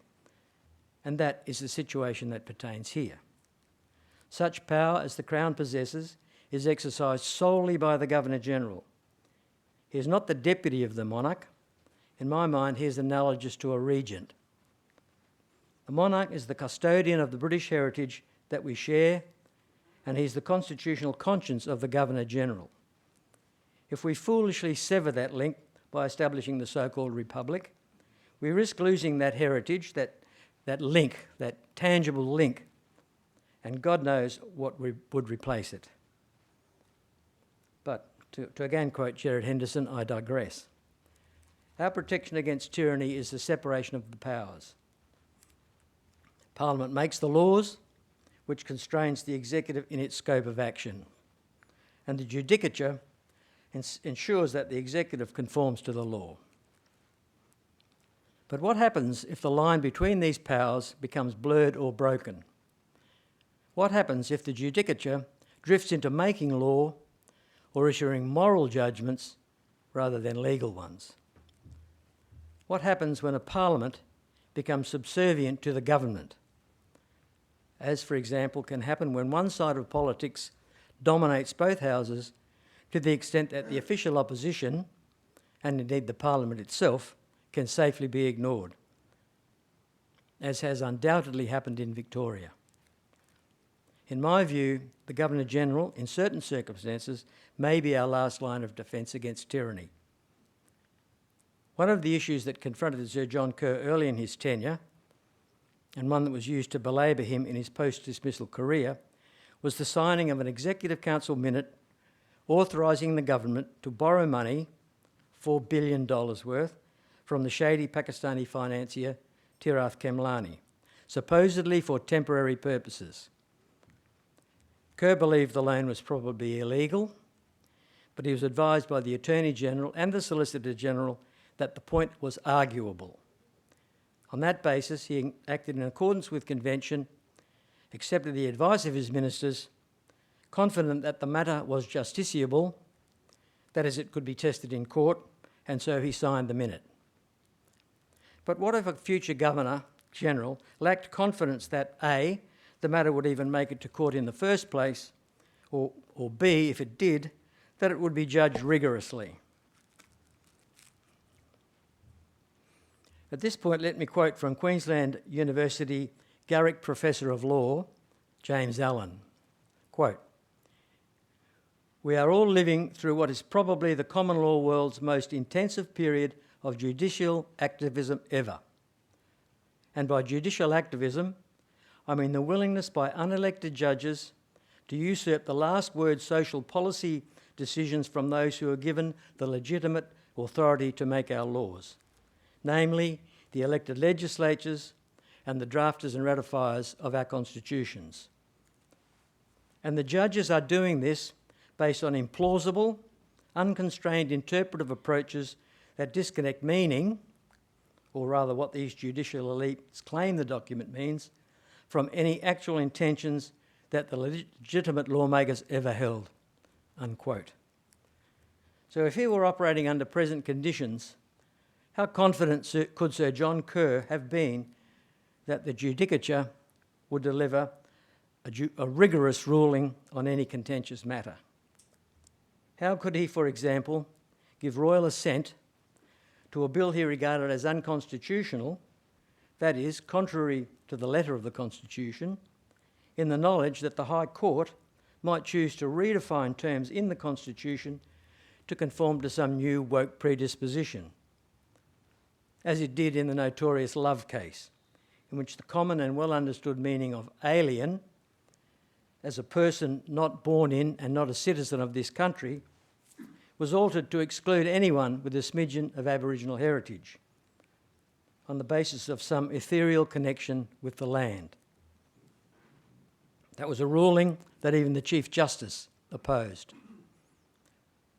Earlier, I proposed a Holy Trinity analogy for the monarchy. Unlike America, we do not have a Bill of Rights or a Declaration of Independence that enumerates our inalienable rights. But we do have such rights. They are one of the institutions that reside in my secular Holy Spirit entity. It is the prerogative of the Governor-General, indeed it is his ultimate job, to protect those rights. Currently, at least two of them, freedom of speech and freedom of association, are under serious threat from anti-discrimination legislation, particularly as it pertains to the issue of gender identity. I'm particularly thinking about the Giggle versus Tickle case. Equality before the law is another right that is under threat. What if the Governor-General were confronted with a monstrous piece of legislation such as the recently enacted Victorian Treaty? Intuitively to me, it seems it may be unconstitutional. It gives to Aborigines in Victoria rights additional to those of ordinary Australians, and moreover, which are not available to Aborigines in other states. It certainly offends against the principle of equality before the law, and it tacitly concedes to Aborigines a separate form of sovereignty adverse to the Crown. Regardless of that, it's highly destructive public policy that flies in the face of the overwhelming rejection of the recent Voice referendum. If I were a Governor-General confronted with such a bill, I would refuse royal assent, certainly until the public acceptance of it were tested by means of a plebiscite. The Constitution explicitly gives the Governor-General that power, and it imposes no conditions upon its exercise. I accept that that is a big call, and it would not be done lightly. And you may think my proposition is naive or untutored, but think about this. Environmentalists deplore a monoculture in nature. In this country, we are developing a political monoculture, aided in part by certain features of our electoral system and by mindless activism in universities and the Fourth Estate, in which the national interest is being subordinated to political survival at the next election. That is certainly unhealthy, and we should be loath to undermine any constitutional provision that could be our last line of defence. The final session at next week's extravaganza at Old Parliament House will ask the following question: could it happen again? That's the last session. The subtext being, God forbid. The answer is, of course, that it could. The power to withdraw the commission of a minister is explicit in the Constitution. There is a well-documented precedent from as little as 50 years ago, and there has been no attempt since then to remove this power from the Constitution. If this were the cataclysmic event that Kerr's antagonists proclaim, why has there been not a single attempt to eradicate those offensive reserve powers? One of the reasons, I suspect, is that those who would like to see the demise of the reserve powers or see them constrained or removed are fearful that a referendum would fail, as a result of which the reserve powers would be strengthened. That is why they have embarked on this campaign to discredit the reserve powers by association with the devious, ambitious and duplicitous Kerr. As a traditional civil society, we live in troubling times. We do not need a diffident Governor-General. We do not need a meddling Governor-General. But now more than ever, we need a Governor-General prepared to be assertive when the occasion demands. The reserve powers are not just an adornment, a nod to past regal glories. They are not, as Kelly and Bramston claim, arcane relics from the medieval crown, a claim, incidentally, that sits oddly with their own fatuous assertion that, quote, the magic of monarchy is beauty concealing lethality. The Crown's influence is maximised not by using the reserve powers, but by not using them, unquote. The reserve powers were put into the Constitution with the intention that they be used when necessary. Their use by the Governor-General is a matter for his or her judgment. Yes, 1975 could happen again, but only if the Governor-General understands both his rights and his duty and has the courage to act accordingly, as Sir John Kerr did. Thank you.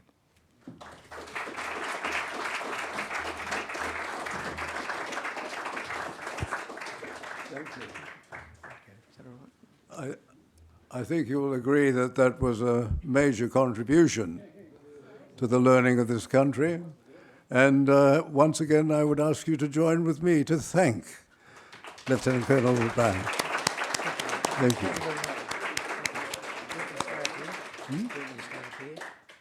Oh, yes, my lord, yes. And now it's time, because unfortunately we have to finish. If I asked John, would you come up and play the anthems? There are 3 anthems to be played out of respect. The Imperial Anthem of Iran, the Royal Anthem of Australia, and the Australian National Anthem.